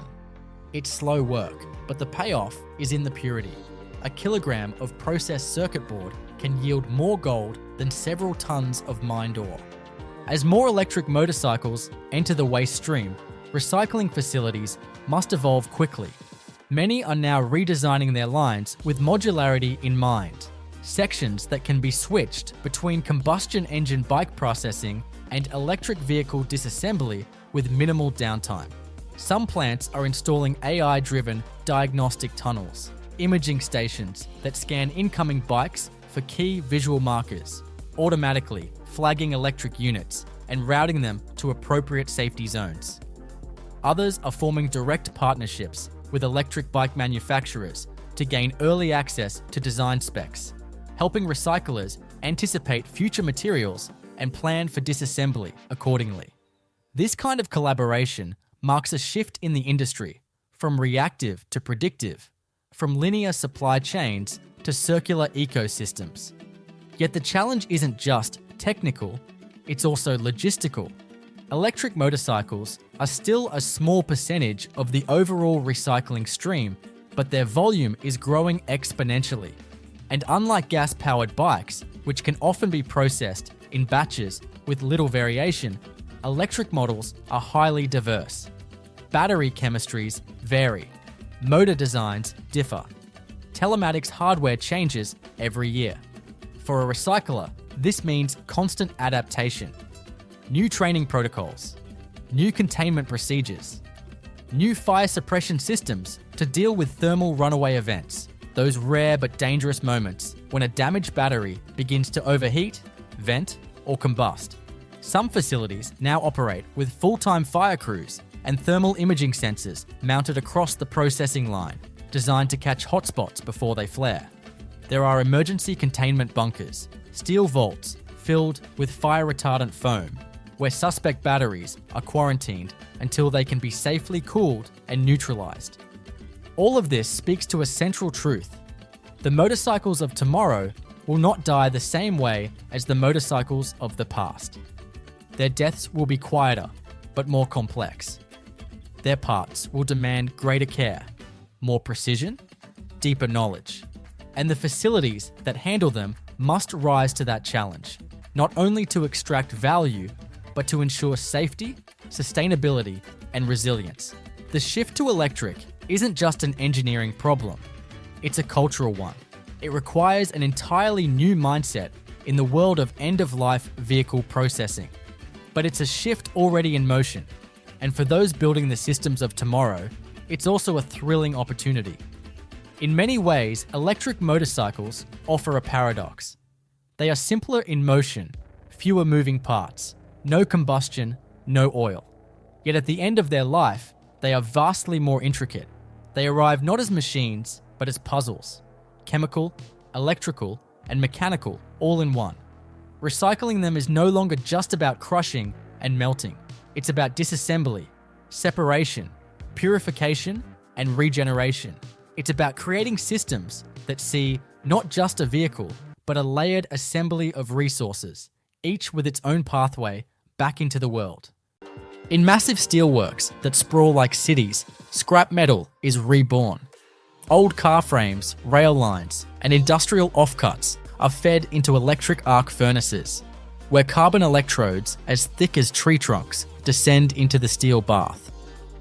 At over 3,000 degrees Fahrenheit, steel loses all memory of its former shape. Sparks explode with a sound like thunder as arcs of electricity dance violently across the molten surface. This chaos is carefully measured. The chemistry of the steel, how much carbon, how much manganese, how little sulfur must be controlled down to fractions of a percent. High carbon content delivers strength, but too much, and the final wires will become brittle. Manganese boosts toughness and wear resistance, essential for cables under constant flex and tension. Impurities like phosphorus must be removed almost entirely, as they can cause fatigue cracks to form after years of vibration and stress. Every element here has consequences that play out thousands of feet later when the cable is under load. Once the chemistry is perfected, the liquid steel is cast, not into sheets or beams, but into long glowing billets. These rectangular bars, typically 4 to 6 inches across and up to 40 feet long, are still red hot when they emerge from the continuous caster. There's no pause. Time equals temperature, and temperature equals malleability. The billets are immediately sent to the rolling mill, a gauntlet of compression and elongation. In a roaring tunnel of machinery, the red-hot billet is gripped and squeezed by one rolling stand after another, each set of rollers narrowing the profile and extending the length. Over a dozen stages, the billet becomes a long coiled rod of steel, barely thicker than a pencil. The speed is blistering. By the final stages, the steel rod can be moving at over 100 miles per hour, stretching like metallic spaghetti along precision-guided rollers. Each coil, once complete, is an enormous spring of raw potential, thousands of feet long, weighing over 2 tons, and ready to be transformed into wire. But wire drawing is not just a matter of pulling. It is a methodical sequence of reduction and lubrication, precision die work, and continuous quality control. The giant steel coils are first cleaned of their oxide scale, either through acid pickling or mechanical descaling, depending on the finish required. Then, they are coated in a layer of lime or phosphate to reduce friction in the dies. Drawing begins with a single, taper-pointed end fed into the first of many conical dies, tools made of hardened carbide or even diamond. As the steel is drawn through each die, it stretches and thins, becoming longer and narrower, all while cold working increases its tensile strength dramatically. It's a process that must be repeated in stages because drawing too much at once would snap the wire. A typical high-performance cable wire may pass through a dozen dies, sometimes more, before reaching its final diameter, often less than 5 millimeters. What's astonishing is how uniform each wire must be. Across 10,000 feet, the tolerance for diameter variation is often just a few microns. To put that in perspective, a human hair is about 70 microns thick. A tiny fluctuation in thickness could lead to stress concentrations once the wires are bundled into a finished cable, potentially leading to catastrophic failure under load. That's why, along the drawing line, laser micrometers and eddy current sensors continuously measure every inch of wire as it emerges from the dies. Any deviation triggers automatic corrections or flags the batch for inspection. And yet, the entire operation runs at speeds of up to 20 meters per second, non-stop, around the clock. After drawing, the wires are heat-treated in long continuous furnaces. This step relieves internal stresses built up during cold working, restoring a balance between strength and ductility. Depending on the end use, the heat treatment profile can vary dramatically. For cables in seismic zones, where flexibility is key, the wires may be annealed to a softer finish. For bridge suspensions or elevator hoist cables, strength remains the priority, so the wires may receive a patented heat treatment that preserves their hardness while improving fatigue life. The wire then undergoes a final cleaning and surface treatment, sometimes galvanized, sometimes coated in zinc aluminum alloy, to protect against corrosion in harsh outdoor environments. The metallic coating is often applied via hot dip in molten zinc, creating a bonded layer that adds decades of life to the finished cable. At this point, each individual wire is strong, clean, and protected, but still just a thread in what will become a massive rope of steel. Now comes the challenge of stranding, the process of twisting hundreds of these high-strength wires into a single cable that can span mountains or descend deep into the earth. But before even a single strand is formed, the wires must be arranged with incredible precision. For a multi-strand cable, wire placement isn't random. Each layer of wires, each spiral and helix is designed to distribute load evenly, reduce internal abrasion, and cancel out torsional forces that could cause the cable to rotate under tension. Engineers use complex lay patterns, such as Lang's lay, regular lay, or Warrington constructions, each with different mechanical characteristics. The wires are fed from multiple reels into massive stranding machines, often in concentric circles, and twisted together at high speed as the core wire moves forward through the machine. These stranding machines are feats of engineering in themselves. Picture a rotating carousel the size of a bus, spinning at hundreds of RPMs, with dozens of wire reels feeding into synchronized tensioners. As the carousel spins, it braids the wires around a moving core, creating a spiraled structure that gains its strength from geometry as much as material. The tension of each individual wire must be carefully regulated. If one wire is too tight or too loose, It will either carry too much load and snap early, or go slack and allow the cable to deform unevenly. Automated tension controls constantly adjust the feed rate and torque for each reel, maintaining uniform tension across all wires. This is especially critical over long cable lengths, where even a tiny imbalance can compound over miles. Stranding long cables introduces unique logistical challenges. A 10,000 foot cable can weigh tens of tons and must be supported and coiled as it is formed, without putting stress on the young cable. Large factory hauls, sometimes over 1,000 feet long, are designed with floor-level guideways and hydraulic take-up drums that slowly collect the finished cable, layering it in giant loops with meticulous care.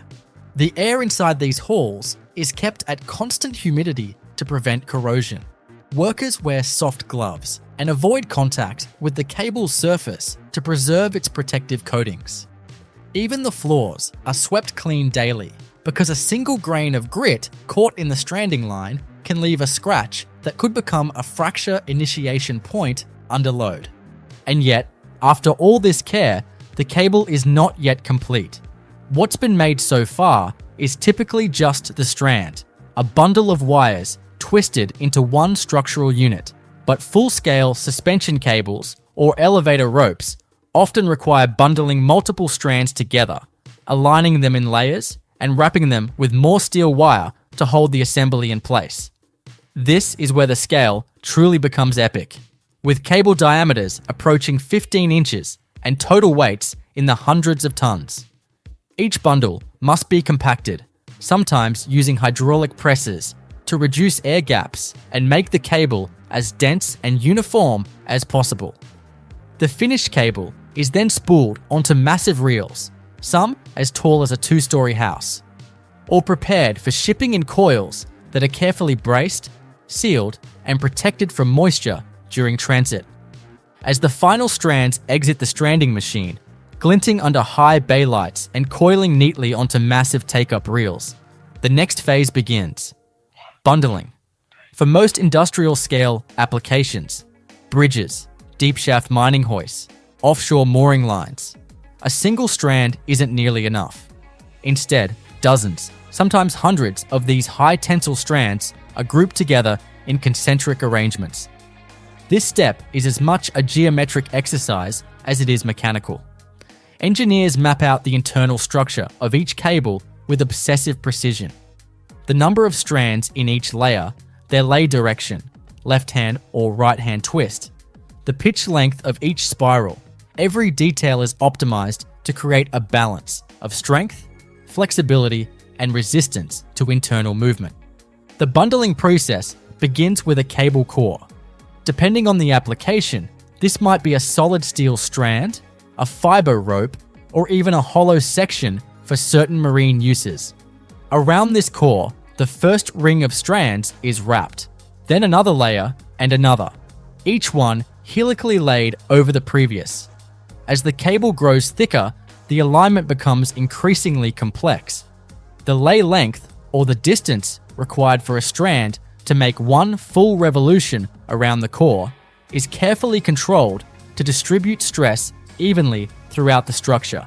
Too short, and the cable becomes overly stiff. Too long, and it risks separation under load. Each layer is applied using enormous planetary stranding machines, some of which weigh hundreds of tons and operate with robotic precision. Inside the bundling hall, there's a low hum that never stops. Motors drone, hydraulic brakes hiss, and rollers thump steadily as the cable inches forward, constantly growing in length and complexity. The temperature is held steady, typically around 68 degrees Fahrenheit, to maintain consistent material behavior. Even the speed of the process is dictated by metallurgy. Draw too quickly, and residual stress can build inside the wires. Every reel feeding into the bundling machine is mounted on a tension-controlled cradle. These aren't passive spools. Each one has sensors, microcontrollers, and actuators that make real-time adjustments to maintain uniform resistance. The goal is consistency across all 10,000 feet. A tension drop of even 5% in one strand could translate into slack that vibrates under load and wears prematurely. Once all strands are in place, the bundled cable undergoes compaction. This is a defining feature of high-performance steel cables. In its raw form, even a tightly bundled set of wires contains voids, air pockets between the spiraled strands. These voids reduce strength per unit volume and can allow moisture to accumulate, triggering corrosion from within. Compaction eliminates this vulnerability. The entire cable is fed through a hydraulic compaction press, where it's squeezed with tremendous force, sometimes over 1,000 tons of pressure, to flatten the outer contours of each wire and force them into tighter alignment. The result is a denser, more uniform cross-section that not only improves mechanical performance, but also simplifies anchoring and splicing at the cable ends. Compacted cables feel different. Where raw strand cables have a slightly springy give and a visible texture from their twisted geometry, compacted cables are rigid and smooth to the touch, like cold steel muscle. Their surface may appear almost seamless, with the spirals tightly locked into one another like scales on a snake. This improved surface reduces vibration, improves fatigue life, and allows for better sealing against the elements. In some cases, a plastic extrusion, usually a high-density polyethylene sheath, is applied over the compacted cable to offer even greater protection against UV light, salt spray, or chemical exposure. This is especially common for suspension bridges or marine mooring cables that live their lives outdoors. Transporting something this massive is no small feat. A single 10,000-foot cable can weigh upwards of 80 tons, depending on its diameter. That's the weight of a fully loaded Boeing 737. Moving it without damaging its delicate internal structure is a logistics challenge that begins well before the final coil is complete. Custom-built steel reels, often 15 to 20 feet in diameter, are used to wind the cable as it exits the final processing line. These reels are precision machined to ensure perfect roundness, because even a small eccentricity can cause uneven tension buildup during cable unwinding at the installation site. As the cable winds on, a layering system, sometimes robotic, guides it across the reel's width, back and forth, in uniform bands. This prevents crossover points that could damage the outer wires under compression. Once full, the reel is bolted closed and sealed in weatherproof wrap. Giant forklifts or gantry cranes gently lift it onto a flatbed transport, cushioned with vibration-absorbing mounts to protect the cable during transit. Depending on the destination, the cable may travel by truck, rail, or ship, sometimes all three. For especially remote installations like mountaintop cable cars or offshore wind farms, helicopters or barges may be used to reach the final leg of the journey. But long cables aren't always transported fully assembled. In many cases, particularly for ultra-long bridge cables, the final cable isn't actually fabricated in the factory at all, at least not entirely. Instead, thousands of individual wires are spooled onto reels and shipped separately. The actual bundling is done on-site, using a process called aerial spinning. This method involves pulling each individual wire back and forth across the span of a bridge using spinning wheels and traveler cables, gradually building up the main cable in place. Each wire is tensioned and aligned with millimeter accuracy, then compacted and wrapped once all are in place. It's a slower, more labor-intensive process, but it allows cable construction over spans that would be impossible to deliver in a single piece, such as the 7,000-foot main cables on the Akashi Kaikyo Bridge in Japan. Still, in the factory, many large cables are delivered whole. Once the reel arrives on site, the challenge shifts to deployment.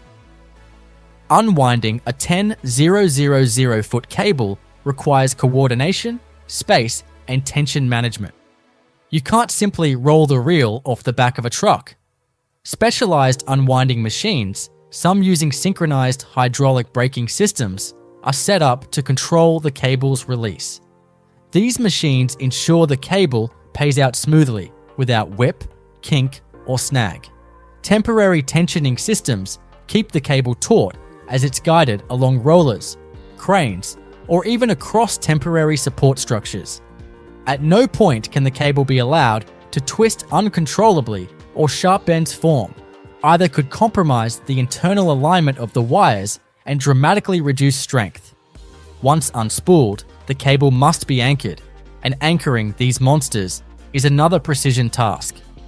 Anchor heads are often custom machined for each cable's geometry and must distribute load evenly across every wire or strand. In some cases, individual wires are socketed into resin-filled cones that harden into a permanent grip. Other systems use mechanical clamps, wedges, or bolted plates, all tested to hold loads in excess of 150% of the cable's maximum rated strength. After anchoring, the cable is often proof tested, tensioned to near its breaking point to ensure it behaves predictably under load. Even once installed, the work isn't done. These cables are designed for decades of service, often in some of the harshest environments on Earth. That's why they include built-in inspection systems, magnetic flux sensors, acoustic emission monitors, and vibration sensors that detect changes in internal structure or alignment. Maintenance teams rely on this data to catch early signs of fatigue, corrosion, or wire breakage long before they become critical. In places like high-speed elevators where cables are constantly moving, or cable-stayed bridges that flex in wind and traffic, these monitoring systems are essential for both safety and longevity. What's remarkable through every stage of this process is the consistency. From melting raw scrap to deploying a cable across a mountain valley, the margin for error is microscopic. A 10,000-foot cable with hundreds of individual wires, each less than a millimeter thick, must work as a single integrated system. And somehow, through intense heat, relentless tension, and the weight of entire structures, it does. Aerial spinning is one of the most visually striking and mechanically demanding methods in cable construction. Unlike factory-stranded cables, which are delivered in preformed coils, aerial spinning happens entirely on-site, sometimes hundreds of feet above the ground or sea. This technique is reserved for only the longest and most ambitious suspension bridges in the world. Bridges like the Golden Gate, Akashi Kaikyo, and the Humber utilize aerial spinning because there simply isn't a reel large enough to deliver the main cables in one piece. Even if such a reel existed, moving it and unwinding it over miles of open space would be practically impossible. Aerial spinning solves the problem by building the cable in place, wire by wire, layer by layer, in an operation that takes months of meticulous work. The setup begins with the installation of catwalks, temporary footbridges strung across the span where the main cable will eventually hang. These catwalks support the movement of workers and equipment, including the spinning wheels. Between the two massive anchor blocks at either end of the span, spinning sheaves are mounted to shuttle individual wires back and forth. Each sheave is connected to a drive mechanism that pays out wire from a rotating spool, guided through a series of pulleys and tensioning systems. As the spinning wheel crosses from one side of the span to the other, it lays a single loop of wire across the entire distance, sometimes more than a mile. Each of these wires, known as a pass, becomes one part of the main cable. For a typical suspension bridge, there could be over 30,000 individual wires bundled into each of the two main cables. Each pass is carefully tensioned and positioned using clamps and alignment fixtures. Workers stationed at various points along the catwalk adjust wire positions by hand to ensure the bundle remains perfectly cylindrical. They work in all conditions: fog, wind, even rain, wearing harnesses clipped to safety lines, sometimes hundreds of feet above open water. The difficulty lies not only in the physical task, but in the engineering of load balance. Each wire contributes to the cable's final strength, but only if it's positioned correctly and tensioned precisely. If one wire is too short, it bears more load than its neighbors and may snap prematurely. If it's too long, it hangs slack and doesn't contribute at all. Multiply that risk across 30,000 wires, and the margin for error becomes vanishingly small. Engineers use tension meters and surveying equipment to monitor each segment in real time. Some projects now incorporate drone-based LiDAR systems to continuously scan the evolving cable profile as each layer is added. Once all the wires are spun, they must be compacted on-site. Workers ride along the finished wire bundle using suspended platforms equipped with hydraulic compactors. These press the bundle into a dense, circular cross-section, eliminating voids and locking the wires into a single, cohesive unit. After compaction, the cable is wrapped in a tightly wound protective wire sheath, usually made of galvanized steel. This sheath prevents the outer wires from spreading under load and provides additional protection from corrosion and abrasion. Beyond the physical act of assembly, aerial spinning embodies some of the most sophisticated load management calculations in civil engineering. A suspension cable is not just a rope, it's a load path, a system that distributes the entire weight of a structure to its anchor points. Over the life of a bridge or tower, that load is not constant. It shifts with temperature, traffic, wind, seismic activity, and even long-term metal fatigue. That means the cable must be engineered not just for static loads, but for dynamic stresses that fluctuate over decades. To address this, engineers conduct finite element analysis on full cable models, often simulating years of operation under different environmental conditions. These simulations examine how the individual wires behave under complex forces, torsion, bending, vibration, and identify potential stress points or failure zones. Fatigue resistance is critical. A cable might endure billions of stress cycles in its lifetime, especially in environments where it vibrates constantly, such as cable-stayed bridges or elevator hoist systems. Every design decision, from wire diameter to lay angle, feeds into a performance model that predicts how the cable will age, deform, and, eventually, fail. Before any cable is certified for use, it must undergo rigorous testing and qualification. This begins at the wire level, where random samples from each production batch are selected for tensile testing. A small wire, maybe just 12 feet long, is clamped into a hydraulic tensile tester and pulled apart at a controlled rate. The test machine records stress-strain data, measuring how the wire stretches when it yields and when it ultimately fractures. Typical breaking strengths for high tensile steel wires used in cable manufacturing can exceed 250 ksi, kilopounds per square inch, which is over 5 times the strength of standard construction steel. In addition to static strength, the wire must pass fatigue testing, which simulates real-world conditions over time. In these tests, the wire is subjected to millions of small stress cycles, usually at a frequency of several hertz, while submerged in a corrosive environment like saltwater mist. This accelerated aging allows engineers to detect weak points in coatings, surface treatments, or metallurgical consistency. Failures are often microscopic at first, a small crack that propagates under cyclic loading until the wire finally gives out. Engineers dissect these failed samples under scanning electron microscopes to understand how and where the crack began. The finished cables also face environmental durability trials.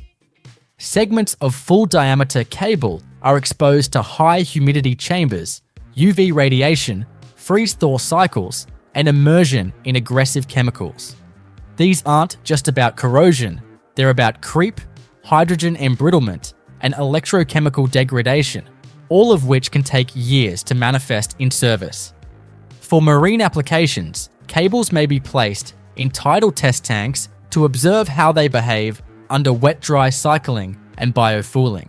In some cases, sacrificial cables are even installed in the field as monitors, pulled from service at regular intervals and dissected to study how real-world conditions are aging the system. Every part of this testing regime is designed to simulate a reality where failure is not an option. A broken bridge cable means not just lost material, but lives, infrastructure, and trust. That's why, even after installation, ongoing inspection remains critical. Modern cable installations are often embedded with sensors that track tension, vibration, and strain.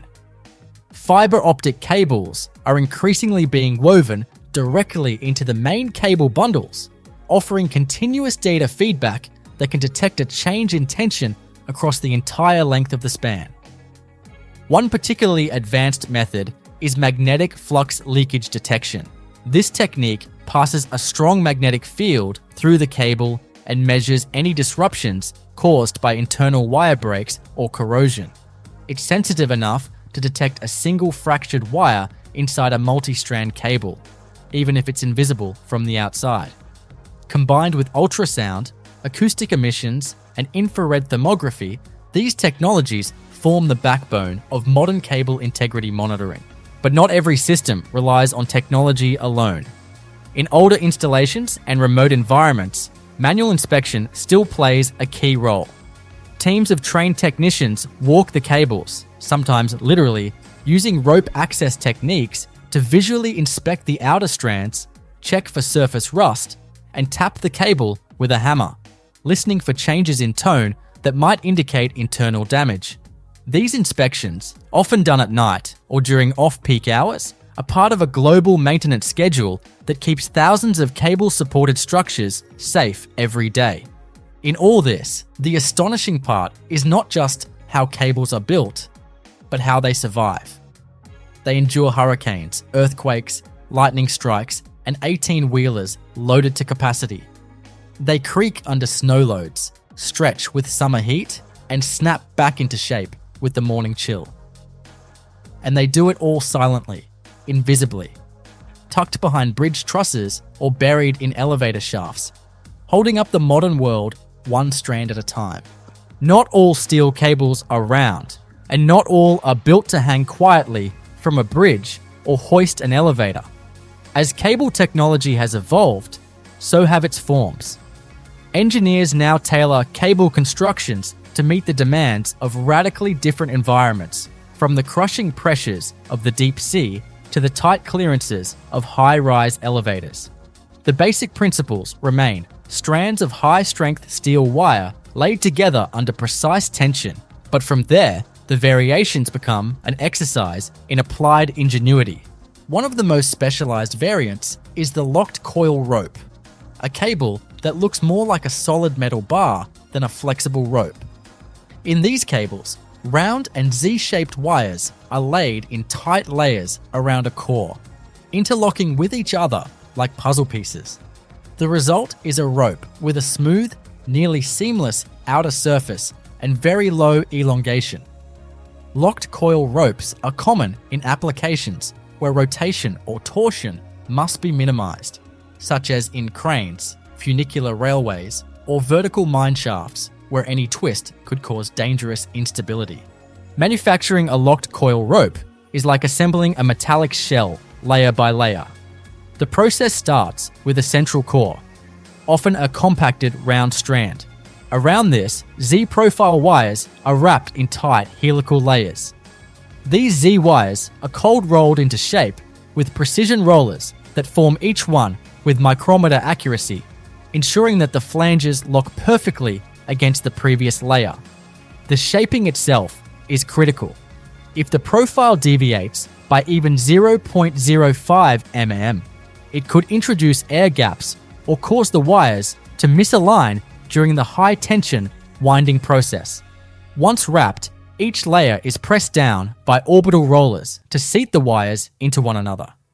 This compaction locks the wires and creates the cable's smooth, non-abrasive outer surface, ideal for pulleys and sheaves. Unlike conventional stranded cables, locked coil ropes resist internal movement. This gives them longer fatigue life in applications with repeated bending or heavy vibration, but it also makes them less forgiving. Once damaged, they can't redistribute stress like a conventional rope can. That's why the protective coatings on these cables are so carefully applied. Galvanization is standard, but in marine environments, a full polymer extrusion sheath may be added. This process involves feeding the finished rope through an extrusion die where molten plastic, typically HDPE or polyurethane, is pressure fused around the steel surface. It's a high-speed, high-precision operation, requiring exact cable centering and temperature control to ensure a uniform seal. Another cable variant built for extreme service is the flat-strand elevator rope, often used in high-rise systems where space is tight and conventional round cables would take up too much room. These ropes are designed as thin, belt-like structures, typically a stack of high-tensile steel cords embedded in a rubber matrix. The steel provides strength, while the rubber offers flexibility and grip. Manufacturing flat-strand ropes begins with the production of ultra-fine cords, drawn down to diameters sometimes below 2 mm. These cords are laid parallel, not twisted, to prevent rotation during elevator travel. Once the cords are aligned, they're fed into a rubber calendaring system. Here, they pass through a series of rollers that press them between sheets of uncured rubber compound. The stack is built up, layer by layer, cords, rubber, cords, until the final thickness is reached. The entire composite is then fed through a vulcanization press, where heat and pressure cross-link the rubber molecules into a dense, flexible matrix. The result is a cable that's strong, flat, and surprisingly lightweight. Ideal for elevators that must ascend over 1,000 feet without overloading the motor or requiring massive counterweights. Because these flat cables often operate in tight sheave geometries, their wear surfaces are carefully engineered. The rubber compound is selected for abrasion resistance and low rolling resistance, and the outer surfaces may be textured or patterned to improve grip and reduce squeal. Some even include embedded RFID tags or fiber optic lines, allowing them to report their own condition in real time. If a cable starts to delaminate or one of its internal cords begins to fray, the building's elevator system can receive a signal before a catastrophic failure occurs. Then there are the tension leg platform cables, massive structural cables that anchor floating oil rigs to the seafloor, sometimes 2 miles below the ocean surface.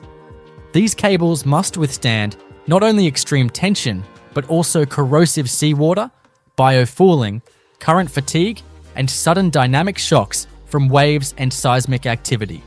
The manufacturing of these cables is a discipline all its own, often governed by offshore standards like API RP2SK or ISO 19901.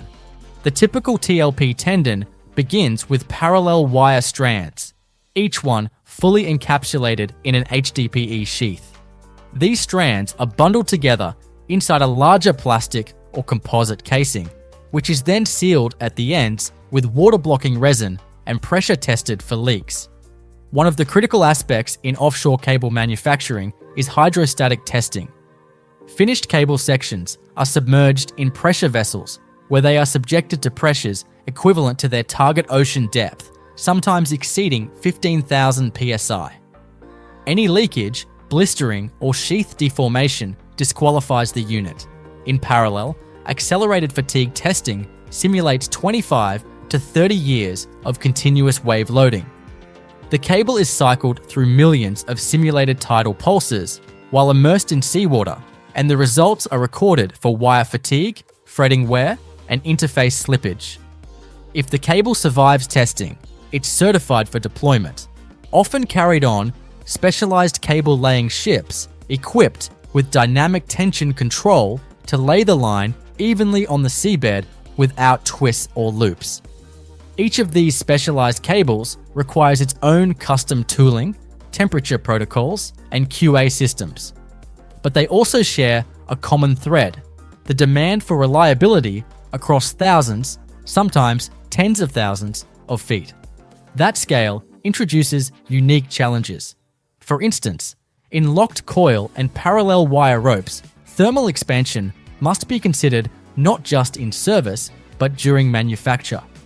Over 10,000 feet of steel, a change of just 10 degrees Fahrenheit can cause the cable to expand or contract by over 15 feet. If not accounted for during stranding or bundling, this can result in uneven lay tension or misalignment in the finished structure.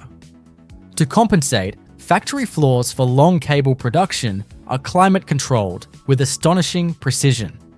In one leading European facility, ambient temperature and humidity are monitored every 20 feet along the production line, and automatic shutters adjust airflow to keep internal temperature variation below 2 degrees Fahrenheit. The cable length is constantly recalculated in real time based on temperature readings, with active compensation at the payout reels to maintain consistent mechanical tension across the span. Even lighting is considered. Many facilities now use LED fixtures because traditional halogen lights contribute too much localized heat. In some factories, stranding lines run for over a quarter mile, with gantries, dancer arms, and monitoring systems spaced along the full length. These stranding halls often resemble airport runways more than workshops, long, straight, and acoustically damped to minimize vibration. Operators ride motorized carts alongside the cable, performing visual inspections and listening for telltale clicks or irregular hissing that might signal wire slippage. Every 500 feet or so, there are check stations where the cable is weighed, its diameter measured, and its lay length confirmed. Each value is logged digitally and compared to the expected tolerances. If anything strays beyond spec, the machine is stopped and reset. For 10 000-foot cables, such stops are costly, but uncontrolled deviation is worse. The final product, whether a round bridge cable, a flat elevator belt, or a locked coil crane rope, is the culmination of thousands of decisions made in advance: metallurgy, coding, wire count, lay geometry, and application. Each decision must anticipate decades of use, often in environments where maintenance is difficult or impossible. Once these cables are in place, buried, suspended, submerged, they are expected to perform flawlessly under tension that never relents. And the fact that they do, day after day, is less a mystery than a testament to one of the quietest engineering triumphs in modern infrastructure. The cables that now hold up skyscrapers, suspend bridges over ocean straits, and support the lift systems in 1,000-foot deep mines owe their existence to a lineage that began with little more than hand-twisted hemp and wrought iron. Before the age of steel, before the first motorized drawer benches or hydraulic presses, rope making was a craft. Long before the Industrial Revolution, artisans walked backward for miles in open-air rope walks, narrow barn-like structures stretching out in straight lines, laying fibers or wires side by side, twisting them slowly into functional ropes. These early materials were often organic, hemp, flax, or cotton, and the resulting ropes were flexible but weak, prone to rot, and limited in size by human endurance. In the early 1800s, the introduction of iron changed everything. Suddenly, rope makers were no longer limited by the strength of plant fibers. Blacksmiths began hammering thin iron rods, drawing them into wires, and assembling crude metal cables. One of the earliest pioneers in this space was Wilhelm Albert, a German mining engineer, who created the first twisted metal cable in 1834 to lift ore buckets in deep vertical shafts. These Albert ropes were labor-intensive and brittle, made of hand-formed iron wires laid in simple spirals. But they worked, and more importantly, they didn't fray or snap the way fiber ropes often did under heavy tension. From that moment, the race toward longer, stronger, and more durable cables began. The real leap came with the Bessemer process, developed in the 1850s, which allowed steel to be produced in large quantities at low cost. Compared to iron, steel was vastly superior, stronger, more flexible, and more resistant to fatigue. Suddenly, cable lengths could be increased dramatically. Wire drawing, which had previously relied on labor-intensive hand-cranked draw plates, was now mechanized. Steam engines drove massive spools, and precision dies shaped wires at scale. By the late 19th century, entire factories were dedicated to nothing but the production of steel ropes. These early wire rope factories still bore a strong resemblance to rope walks. Long, narrow buildings housed stranding machines that slowly rotated bundles of wire as they advanced down the line.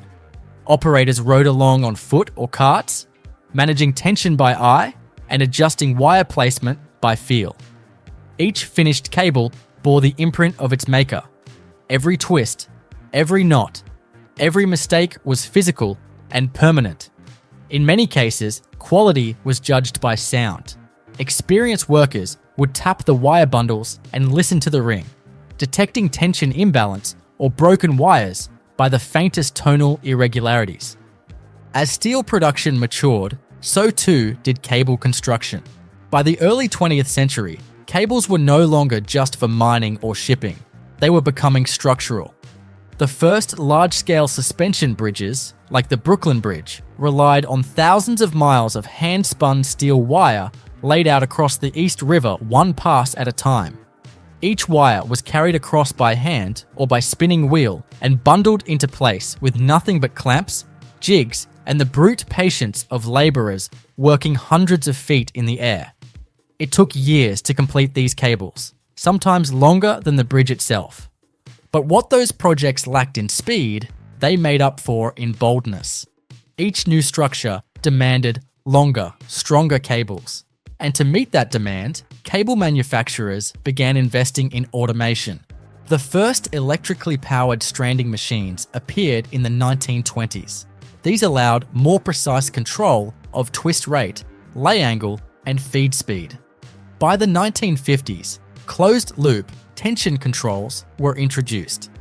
Primitive by modern standards, but revolutionary at the time. Hydraulic braking systems replaced manual tensioning, and sensors began to monitor speed and torques. Cable quality improved drastically. No longer reliant on the eye or ear of a single operator, the process became repeatable, predictable, and scalable. The modern cable plant is a product of this continuous evolution. Today, every step of cable manufacturing, drawing, stranding, bundling, compaction, and finishing is monitored by digital control systems. Operators oversee production lines from touchscreen panels, adjusting parameters with fingertip precision.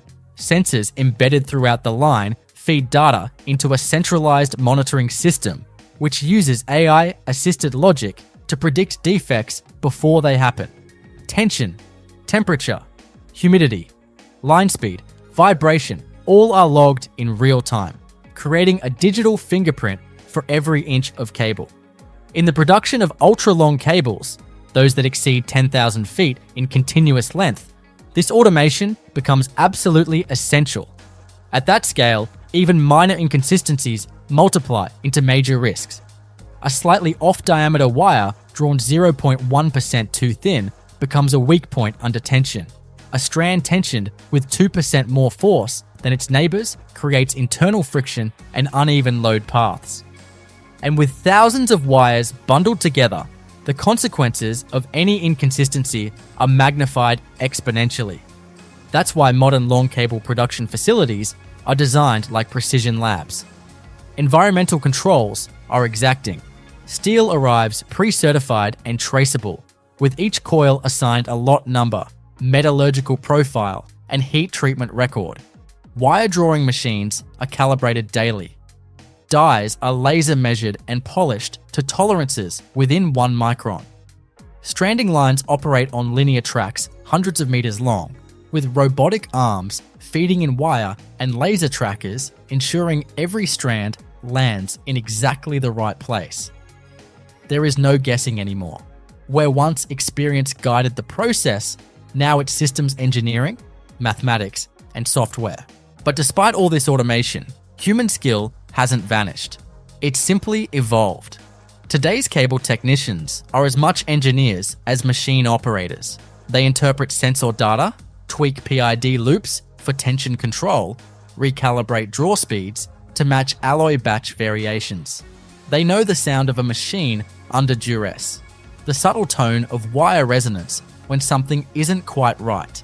And when things go wrong, which they still do, it's these experts who bring the process back into balance. The push for longer and stronger cables hasn't slowed. In fact, it's accelerating.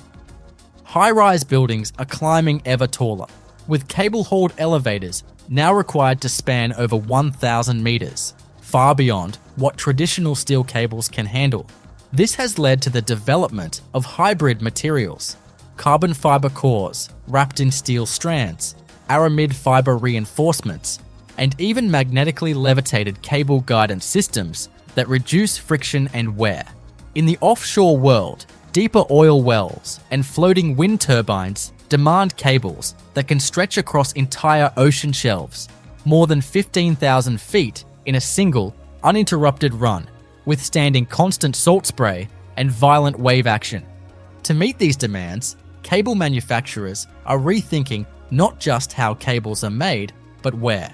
Mobile cable factories, essentially full-scale production lines built into containerized modules, are being deployed near project sites to produce and spool cable on demand, cutting down on transport and allowing real-time adjustments based on site conditions. In some cases, cables are even being spun directly into anchor sockets or counterweights as they're manufactured, eliminating splices and end-term fittings altogether. And so, the history of cable manufacturing is not just one of scale, it's one of adaptation. From the rope walks of 17th century seaports to the laser-controlled stranding halls of today's industrial giants, the core idea remains the same. Build something long, strong, and flexible enough to carry immense forces across impossible distances.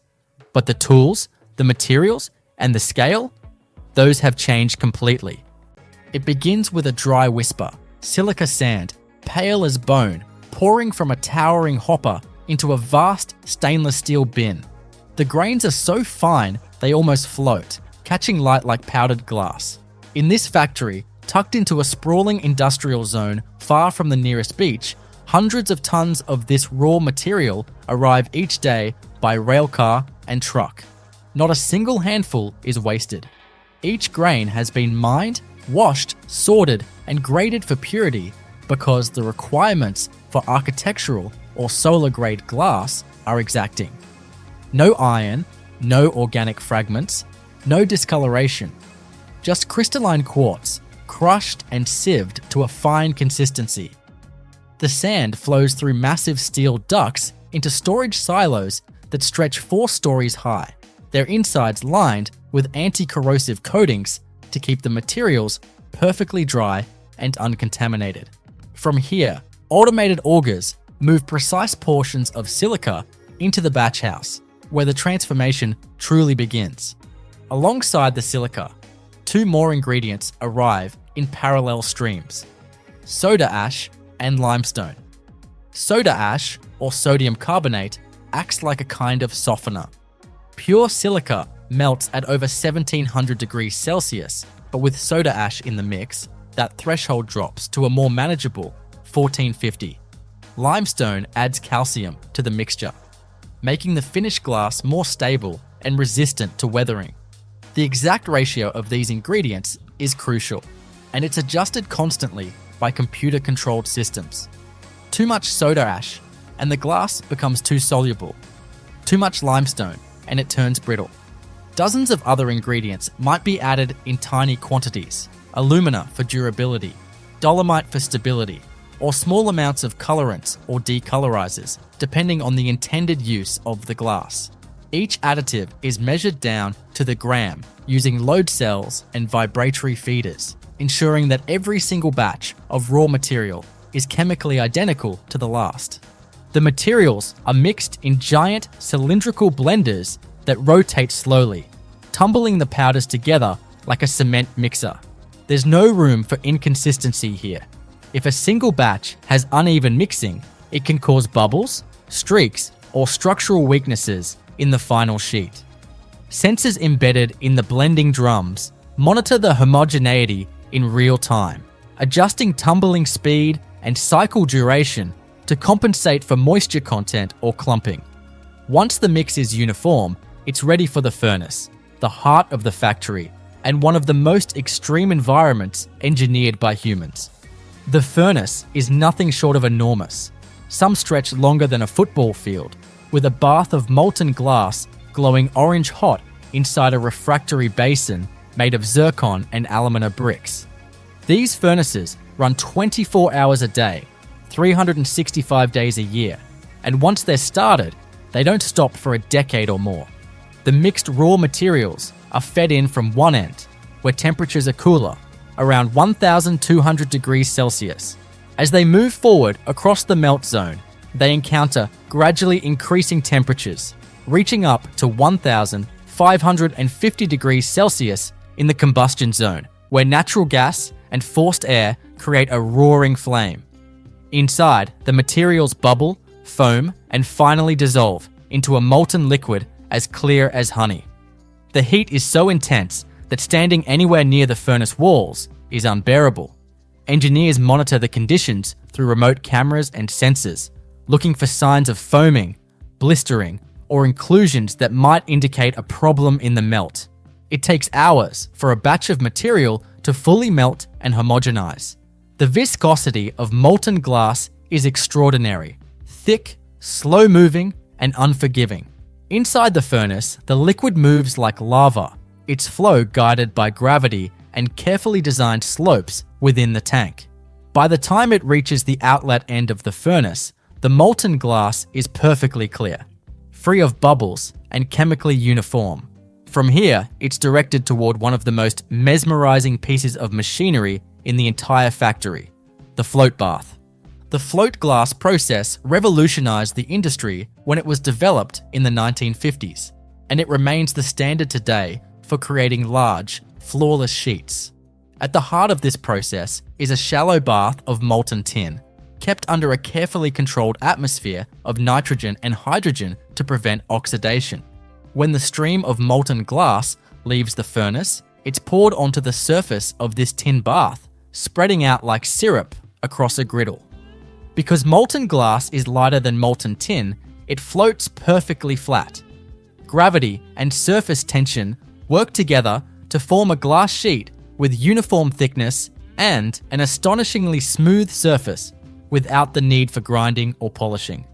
The temperature gradient in the float bath is meticulously engineered. At the entrance, where the glass is hottest, still over 1,000 degrees Celsius, it spreads quickly, forming a thick ribbon. As it moves forward, cooling systems gradually bring the temperature down. The ribbon thins out and solidifies from the bottom up. By the time it reaches the end of the tin bath, it's firm enough to support its own weight and can be picked up by rollers without distortion. The entire process is so smooth, so continuous, that a single float line can produce over 700 tons of glass per day, enough to cover several city blocks in a 24-hour run. Before the glass can be touched or cut, it must be cooled even further, and in a very specific way. That's where the annealing layer comes in, a long, tunnel-like oven where the glass ribbon moves on rollers through zones of precisely controlled cooling. If the glass were cooled too quickly, it would develop internal stresses, like a frozen lake cracking in the spring. Instead, it's cooled slowly over the course of more than an hour, from over 600 degrees Celsius down to room temperature. Inside the layer, the air is kept at exact gradients, cooling the glass a few degrees at a time to prevent warping, distortion, or invisible structural flaws. When the ribbon finally emerges from the layer, it's ready to be cut. High-speed mechanical arms equipped with diamond wheels zip back and forth across the moving glass, scoring it in precise dimensions, often in standard sizes like 3 meters by 6 meters, depending on the client. The scoring itself doesn't break the glass, It just creates a weak line. The actual breaking is done with a gentle flexing motion, like snapping a cracker along a crease. The cuts are so clean they don't even produce shards. The edges are trimmed, and the glass is automatically sorted, lifted, and stacked by robotic arms onto giant metal racks, ready for inspection and packaging. But before a single sheet leaves the factory, it undergoes an intense round of quality control. Laser scanners check for optical distortions. Light boxes reveal bubbles, stones, or scratches. High-speed cameras catch even microscopic defects that the human eye would miss. If a flaw is found, the sheet is rejected, crushed, and recycled right back into the furnace as cullet, the industry term for waste glass. Nothing is wasted here. Even the heat from the furnace is captured and reused to preheat incoming air, saving energy and reducing emissions. The entire process is a closed-loop marvel of industrial engineering, humming along day and night, transforming mountains of sand into architectural skin. The moment those flawless sheets are cut, cooled, and inspected, they begin their transition from raw industrial product to something far more refined. But for many glass panels, this initial manufacturing phase is only the beginning. Depending on their final use, whether for skyscrapers, solar panels, appliances, or vehicles, the glass may go through a series of secondary processes, each adding layers of functionality, strength, or visual appeal. One of the most common next steps is tempering. This is the process that turns ordinary float glass into safety glass, the kind that doesn't break into dangerous shards, but rather shatters into thousands of small, blunt-edged fragments. The transformation is purely physical. The cut glass sheets are loaded onto conveyors and passed through another furnace, this one heating them rapidly to around 620 degrees Celsius, just above their softening point. The key, however, is what happens next. The sheets are blasted with jets of cold air on both sides, cooling the outer surfaces far more quickly than the inner core. As the interior slowly contracts, it pulls inward, creating a state of internal tension. This locked-in stress is what gives tempered glass its strength, 4 to 5 times stronger than untreated glass of the same thickness, and its distinctive breaking pattern. The entire process takes less than 2 minutes, but the control involved is precise down to fractions of a second and degrees of temperature. Tempered glass is essential for everything from shower doors to building facades to phone screens. But not all applications need that kind of stress hardening. Some call for lamination instead. Laminated glass is created by sandwiching 2 or more sheets of float glass around a clear plastic interlayer, typically made of PVB, polyvinyl butyryl. These layers are assembled in clean rooms to prevent contamination, then fed into a vacuum chamber that removes all air pockets. From there, the sandwich is passed through rollers that bond the materials, and finally into an autoclave, essentially a pressurized oven that cures the lamination at around 140 degrees Celsius under high pressure. The result is glass that, even if broken, remains in place, held together by the inner film. Car windshields use this type of glass, as do bullet-resistant panels and hurricane-rated windows. Still other panels undergo chemical strengthening, a process different from tempering and far more precise. This is especially common in thin glass used for electronics. Here, cut sheets are submerged in a molten salt bath, often potassium nitrate, at around 400 degrees Celsius. The surface sodium ions in the glass are gradually replaced with larger potassium ions from the solution, creating compressive stress along the outer layer. It's a molecular scale transformation, invisible to the eye, but dramatically improving the durability and scratch resistance of the final product. Even a few microns of altered structure can make the difference between a glass screen that cracks on impact and one that survives countless drops. Some panels are treated for entirely different reasons. Coatings, for instance. In architectural glass, coatings can add reflectivity UV resistance, or insulation properties. These aren't painted on. They're deposited atom by atom in vacuum chambers using a process called magnetron sputtering. Inside a giant chamber, the glass sheet passes beneath target materials, metals like silver, titanium, or chromium, that are bombarded with ions, causing their atoms to sputter off and settle in thin, even layers onto the glass surface. A single coating might be only a few nanometers thick, but its effect is dramatic. Low emissivity, low E coatings, for example, can reflect infrared heat while allowing visible light through, keeping buildings cooler in summer and warmer in winter without blocking natural daylight. Other panels get patterned or frosted using acid etching or sandblasting. Some receive ceramic frits, colored enamels that are screen printed onto the surface and then fired in a furnace to fuse them permanently into the glass.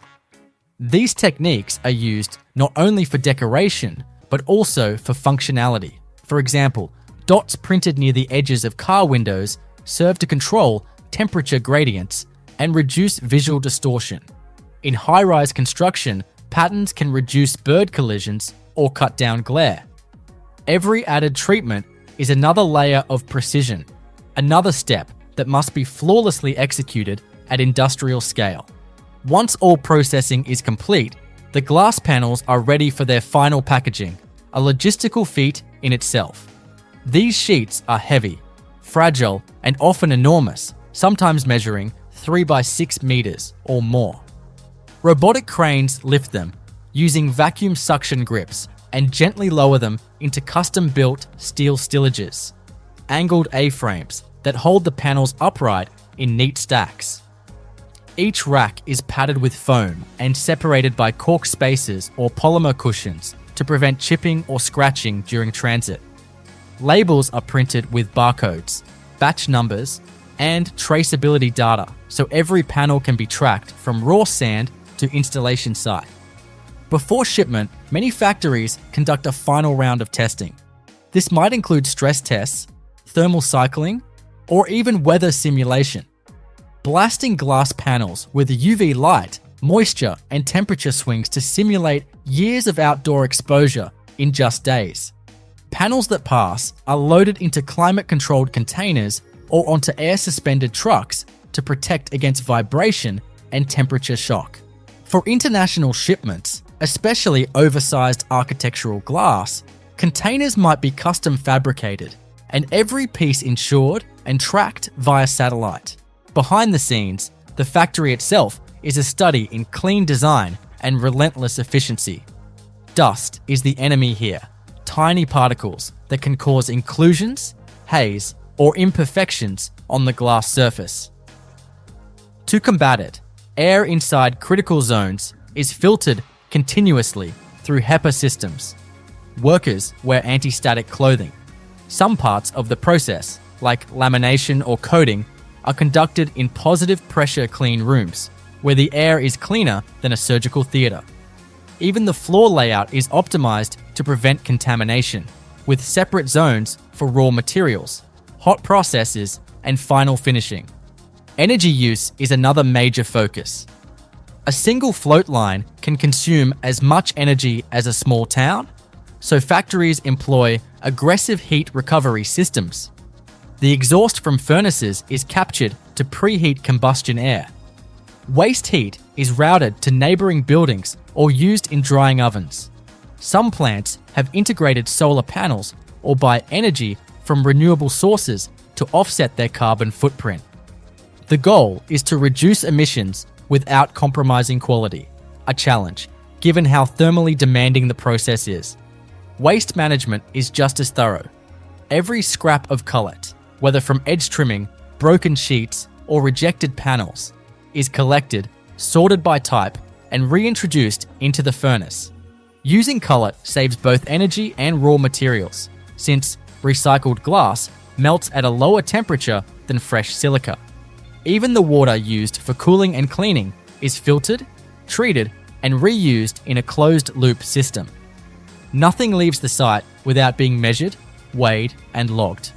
And all of it, the heat, the silence of the annealing layer, The rhythmic hum of robotic arms, the slow drift of molten glass over liquid tin, is calibrated to deliver the same result over and over. Perfect, transparent sheets that started life as common sand. From grains to glass, every stage is a testament to scale, patience, and precision. And the process, as complicated as it is, never really stops. When one furnace is eventually shut down after a decade of operation, it cools slowly over weeks, while a new one is built beside it, brick by fire-resistant brick, so the line can keep flowing, day and night, year after year. Down on the line, time moves differently. It's not counted in minutes, but in meters. Meters of glass ribbon steadily rolling off the end of the float bath, unwavering in its pace. The process is continuous, relentless. There are no breaks, no pauses. Once the furnace is lit and the float line begins, it runs non-stop for years, maintained with surgical precision and monitored around the clock by teams of engineers, technicians, and operators who know the glass almost like a living thing. They can read the smallest ripple in the surface, the faintest haze or color shift, and trace it back to the melt, the batch composition, the tension of the rollers, or even a minute drift in furnace temperature. Because here, every variable matters. Inside the control room, surrounded by screens that pulse with temperature maps, flow rates, and pressure data, the float line is watched like a heart monitor. Operators adjust burner ratios, tweak gas mixtures, and modify conveyor speeds by fractions of a percent. There's an entire choreography behind this stillness, an invisible ballet of heat and chemistry. If the temperature of the tin bath drops by just a few degrees, the glass might thicken or pick up tiny distortions. If the furnace pressure dips too low, oxygen might creep in and oxidize the tin, ruining the surface finish. If a bit too much soda ash is fed into the mix, the glass could become cloudy or too soft to cut properly. Then there's the tin itself. Maintaining a perfectly flat and clean tin surface is a quiet battle that goes on beneath the molten glass. The tin is kept in a sealed chamber under reducing gases, constantly monitored for purity. If oxidized, tin can form a grey scum that mars the underside of the glass sheet. Any disturbance, dust, moisture, oxygen, could affect the delicate interface where the molten glass meets the tin, altering the flawless float and creating tiny waves or inclusions. That's why maintenance crews work in isolation chambers, using long tools and mirrors to make adjustments without ever exposing the bath to open air. The entire float system operates under an atmosphere of such precision that even the flow of nitrogen and hydrogen is regulated down to the liter per hour. Beyond the float line, the rhythm changes. In the annealing layer, everything slows to a crawl. Here, the glass is no longer molten, but it's not quite solid either. It's in that in-between state where structure sets and stresses are locked in. The layer is long, sometimes over 100 meters, and the glass moves through it on rollers at a snail's pace. The air inside is segmented into zones, each with a specific temperature. As the sheet moves through, it cools from around 600 degrees Celsius to ambient over the course of an hour or more, depending on the thickness. Thicker glass cools more slowly, thinner glass more quickly, but always with the same goal: uniform internal structure, zero stress. Thermal cameras line the layer, tracking the glass's cooling curve in real time. If a hotspot or cold zone develops, actuators open or close air vents or redirect heat flow to restore balance. At the exit, the glass is finally firm, an enormous, glowing sheet the size of a billboard, sliding out onto cold rollers. Now, the pace picks up. Robotic arms hover above the ribbon, equipped with ultra-sharp diamond wheels. These don't cut the glass in the traditional sense, they score it, creating a fracture line. Moments later, the ribbon is flexed, and the glass snaps cleanly, almost silently, along the score. Other machines move in to trim the edges, cutting away the rounded or uneven sides where the float process naturally thickens the glass. These offcuts are whisked away by conveyor to be crushed, sorted, and reintroduced into the melt as cullet. This glass, pristine, flat, and dimensionally perfect, is now what's known as annealed float glass. It could be shipped as is, but more often than not, this is just the blank canvas. From here, it enters a labyrinth of customization. Some sheets are sent for tempering, others laminated, coated, tinted, or curved. It's at this point that the product becomes highly specific. A solar panel manufacturer might require ultra-clear, low-iron glass with an anti-reflective coating. An architect might specify bronze-tinted panels with a mirror finish on one side and a fritted dot pattern on the other. A car company might order glass sheets pre-cut to windshield shape, ready for lamination and embedded with sensors or heating elements.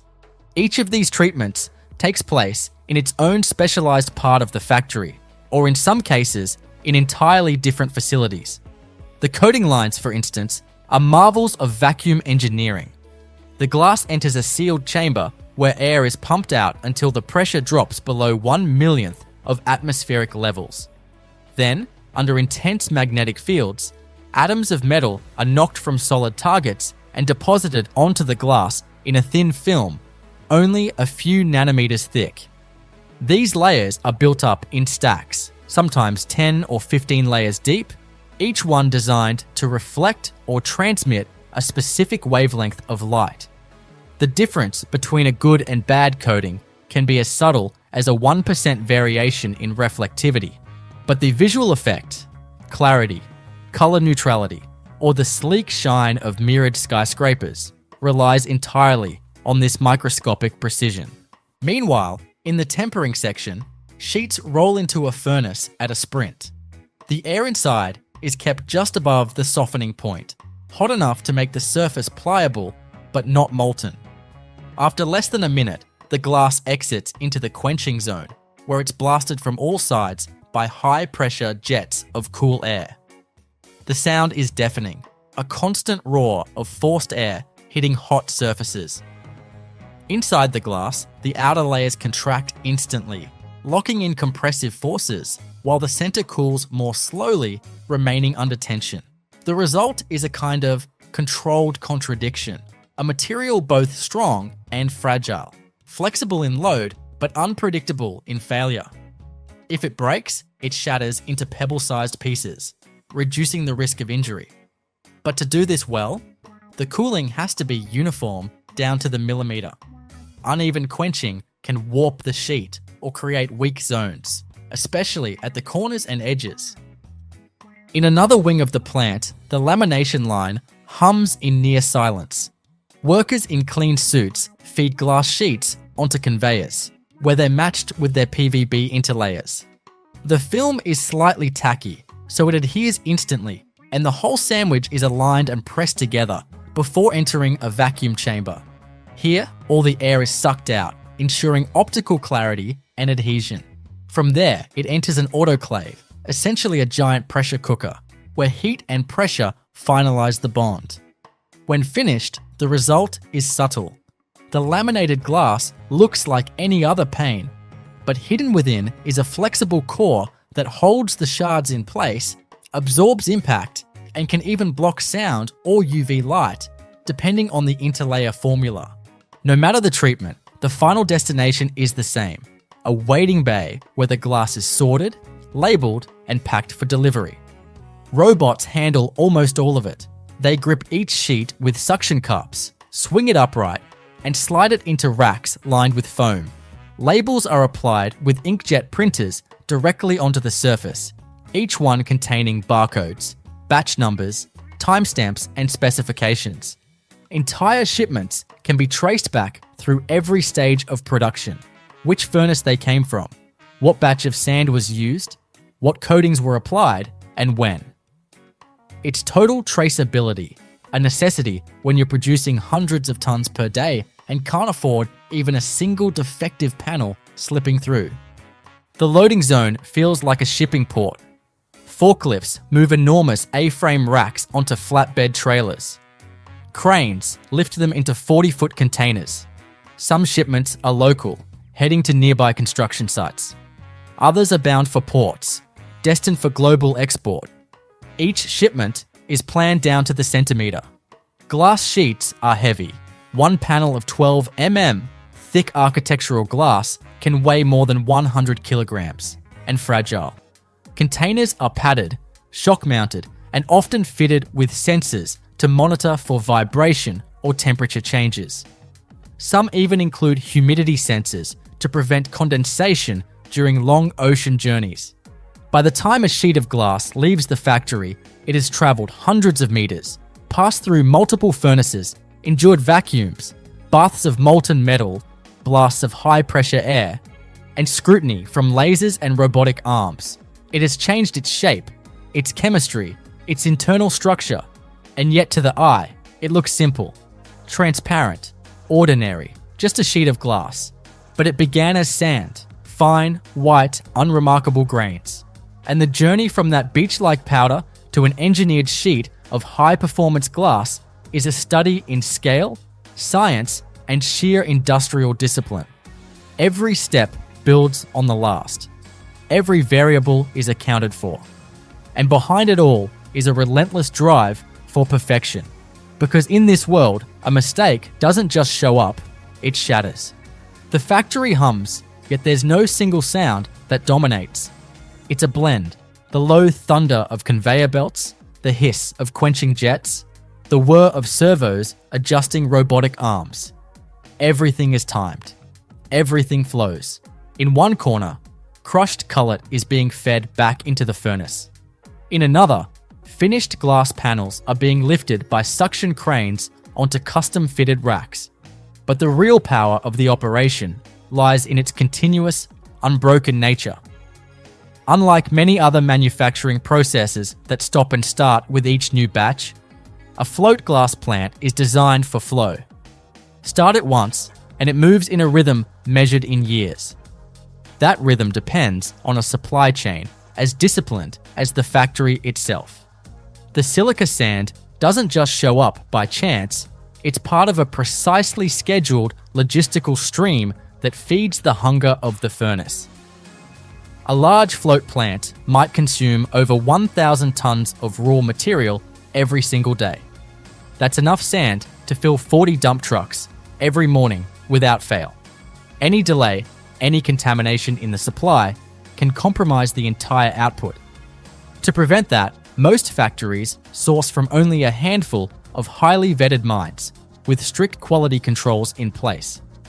The sand is washed, screened, magnetically filtered to remove iron, and dried before it even reaches the batching plant. This attention to detail continues all the way to the smallest components. The soda ash, mined from ancient deposits or manufactured chemically, must be perfectly granular to blend consistently. The limestone must be free of organics. Even the decolorizers, tiny additions of selenium or cobalt, are delivered in ultra-precise amounts using computer-controlled feeders. For specialty glass, even the smallest change in chemical makeup can affect color, durability, or optical performance. Engineers oversee not only the melting behavior of these materials, but also how they interact at high temperatures, how they foam, and how gases are released as they break down. Inside the furnace, the atmosphere is a world unto itself. Sensors track not only temperature, but also oxygen levels, flame shape, and even the spectral profile of the combustion light. Adjustments are made constantly to maintain the ideal melt conditions. If the batch begins to foam excessively, perhaps due to a moisture imbalance or uneven particle size, it can lead to defects like bubbles or inclusions in the final glass. Operators respond quickly, adjusting the chemistry, tweaking the feed rate, or altering the burner flame profiles. This is where the human element still plays a major role. Despite all the automation, it takes trained eyes and years of experience to truly understand the behavior of the melt. That molten glass, once perfected, exits the furnace like a glowing river. It flows at a carefully calibrated rate, neither too fast nor too slow, onto the tin bath. The tin itself must remain in a constant state of equilibrium. Too cool. And it can cause the glass to freeze before it smooths out. Too hot and it becomes unstable, prone to oxidation or contamination. The reducing atmosphere in the bath, hydrogen mixed with nitrogen, is constantly refreshed and filtered, ensuring that the tin remains pure and the glass floats perfectly. Any deviation in flow, temperature, or surface tension can affect the thickness or flatness of the sheet. While all this is happening, the thickness of the glass ribbon is being controlled not by molds or dies, but by the physics of flow. Edge rollers positioned on either side of the glass ribbon can gently stretch or compress the sheet as it moves along the tin bath.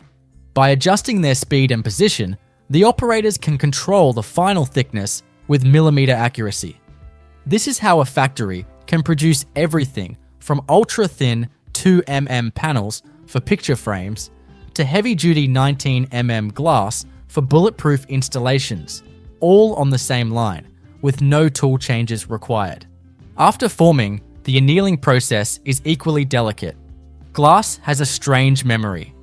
Cool it too fast, and it remembers the tension. Heat it unevenly, and it remembers the twist. The layer is designed to erase that memory, to bring the glass into a state of internal harmony. It does this by creating a perfectly uniform temperature gradient. Warm air is recirculated and filtered. Blowers push it over the surface of the ribbon, and infrared sensors track the temperature of both the top and bottom of the sheet. Any thermal shock or imbalance at this stage could create warping, distortion, or invisible stress fractures that might not reveal themselves until months later. On the job site, under load, when failure is not an option. Once cut and sorted, the glass begins its journey through post-processing. For building applications, the next step is often heat treatment. This includes full tempering, heat strengthening, a less intense version of tempering, or even bending. To bend glass, it's first heated in a furnace until it becomes pliable, then slowly sagged over a mold or forced into shape with precision tooling. The molds are usually made of stainless steel or high-temperature ceramics, and the tolerances are tight. A single panel might take 30 minutes to shape and cool, and each mold must be perfectly clean and dimensionally stable, or the final result could be flawed. Then there are the coatings, the invisible, functional layers that can turn clear glass into a solar reflector, a privacy screen, or a self-cleaning surface. Coated glass is created in high-vacuum sputtering machines, where metal targets are bombarded by plasma. The atoms released settle in even layers on the glass surface. These coatings can reflect specific wavelengths of light, block infrared heat, or scatter UV radiation. Some coatings are only a few atoms thick, but their effects are profound. A low emissivity, low E, coating, for example, can improve the energy efficiency of a window by more than 50%, all without affecting its transparency. Each of these processes must be perfectly synchronized. Timing is everything. From cutting to coating to tempering, the movement of glass sheets through the factory is orchestrated like a dance. Pause is allowed, but never stops. If a sheet is delayed too long between heating and tempering, it might pick up moisture or dust. If it's coated while still warm from annealing, the heat can affect the deposition profile. These considerations shape not only the factory layout, but also the production schedule, which is adjusted in real time by software systems that manage thousands of moving parts, temperature zones, robot paths, material usage, storage levels, maintenance cycles, and delivery deadlines. Final quality inspection is unforgiving. Even the smallest blemish, a pinpoint bubble, a faint ripple, a hairline scratch can cause a panel to be rejected. Some flaws are purely aesthetic, others structural. Automated scanning systems use high-resolution cameras and lasers to inspect both sides of the sheet, checking for optical distortion, thickness variation, edge defects, or inclusions. Some systems even use polarized light to detect internal stress patterns invisible to the human eye. When a defect is found, the panel is tagged, removed, and analyzed. Engineers review the data to trace it back through the process. Was it a mix issue, a roller problem, a gas pressure dip in the furnace? Every rejection becomes part of the feedback loop, helping the system self-correct. Once approved, the glass is marked with a permanent, often laser-etched code, an industrial fingerprint that allows it to be traced back to its exact batch, melt time, coating recipe, and handling history. This traceability is essential for large projects like skyscrapers, where hundreds or thousands of panels must be installed in precise order, each matching color, clarity, and strength exactly. Logistics teams manage the flow of racks, crates, and stillages, preparing shipments with military-like discipline. Each panel is wrapped in protective film, cushioned with polymer pads, and loaded onto trucks or into containers with vibration sensors and shock dampeners. Drivers are trained in glass handling. Routes are planned to minimize road vibration. In some cases, entire shipments are temperature controlled to prevent stress buildup during transit. At its final destination, the glass arrives not as a commodity, but as a precision-engineered component. It may be installed into curtain walls that shimmer 60 stories above the street, into solar panels that will spend decades facing the sun, or into the display of a brand new phone. And in each of those cases, its journey began with sand, dry, silent, formless. The transformation is total, molecular, thermal, structural, and entirely man-made. There's no magic here, only chemistry, physics, and a relentless commitment to perfection at industrial scale. At this stage in its journey, the glass no longer resembles the raw sand it once was. It has been reshaped, restructured, refined. Its molecular composition has been aligned, its surface tension engineered, and its appearance perfected. Yet the most compelling part of the story isn't the glass itself, but the scale and coordination of the systems that make it possible.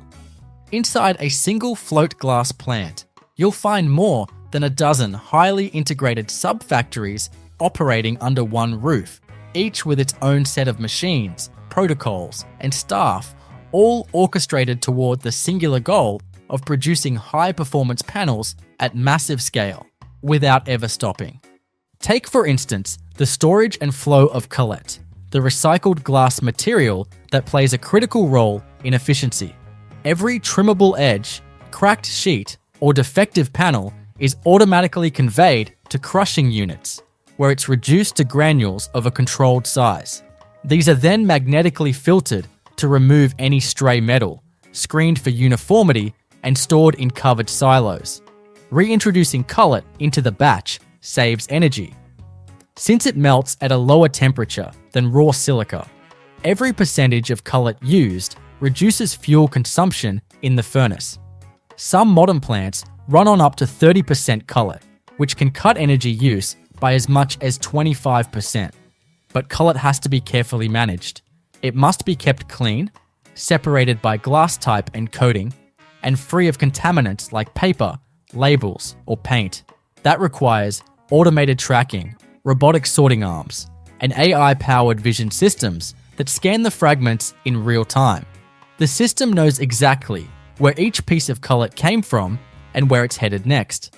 Then there's the compressed air system, a hidden but essential backbone of the operation. Throughout the plant, pneumatic actuators power everything from diverter gates in material handling systems to the air knives used in cleaning and tempering. The compressors themselves are huge, often housed in their own noise-insulated rooms, with heat recovery systems that capture waste warmth for use in the batch house or even for heating nearby offices. Air purity is critical. Oil-free compressors are used in all areas where the air might come into contact with the glass, particularly in coating or lamination lines. Inline dryers and filters remove moisture, oil, and particles, ensuring that the final product stays pristine. Any trace of contamination, especially in ultra-clear or solar glass, would be instantly visible once installed. Even water has a defined route. Water is used for cooling rollers, rinsing glass sheets, powering high-pressure jets, and cleaning machinery, but it doesn't come and go. Instead, the plant runs an internal, closed-loop water treatment system. Heated water from the tempering and annealing sections flows into underground tanks, where it's cooled, filtered, treated, and recirculated. Sediment is removed in clarifiers, chemical balance is adjusted automatically, and even algae growth is prevented using UV sterilization chambers. Not a drop is wasted. In drier climates, plants are sometimes equipped with condensate recovery systems that trap moisture from steam vents and air handling units, returning it to the loop. The people who work in these facilities don't just operate machines. They interact with one of the most temperamental materials in the industrial world. Glass behaves in strange ways. It's a supercooled liquid in theory, a brittle solid in practice, and deeply sensitive to both temperature and tension. A sharp corner, a surface scratch, or even a sudden breeze in the wrong place can spell disaster for an entire batch. That's why training is continuous. Operators are taught to recognize the early signs of instability, not just in the material, but in the machines and systems that surround it. They learn how a subtle vibration might indicate roller misalignment, how a faint smell near the coating chamber could hint at a vacuum leak, how a change in the furnace exhaust note might signal a shift in burner performance. This human insight is paired with relentless automation. Factory control systems monitor thousands of variables simultaneously: furnace pressures, gas flow rates, tin bath chemistry, roller speeds, belt tension, coating thickness, air quality, humidity, and more.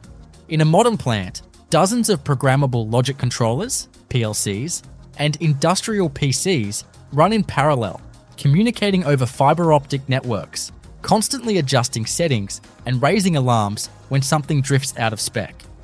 Operators work alongside dashboards that visualize live data from every point in the plant. At any moment, they can pull up a heat map of the float bath, compare real-time product thickness to batch specifications, or see exactly how many tons of glass were produced in the last hour. Some factories even run digital twins, virtual replicas of the entire production line. These simulations use real-world sensor data to model the process in 3D, allowing engineers to test adjustments or run failure scenarios without disrupting the actual line. Want to know how a 5% increase in cullet will affect furnace behavior, or whether a new coating recipe will interact poorly with existing cleaning systems? The digital twin can tell you instantly. It's predictive maintenance, process control, and R&D all rolled into one, and it's becoming the norm across the industry. But for all the technology, the process still comes back to the material. Glass, as old as the earth itself, as basic as sand, continues to challenge and inspire. The panels that emerge from these factories aren't just sheets, they're structural skins, solar harvesters, transparent insulators, sound barriers, digital interfaces, and the demands keep rising. Thinner panels, higher clarity, better solar transmission,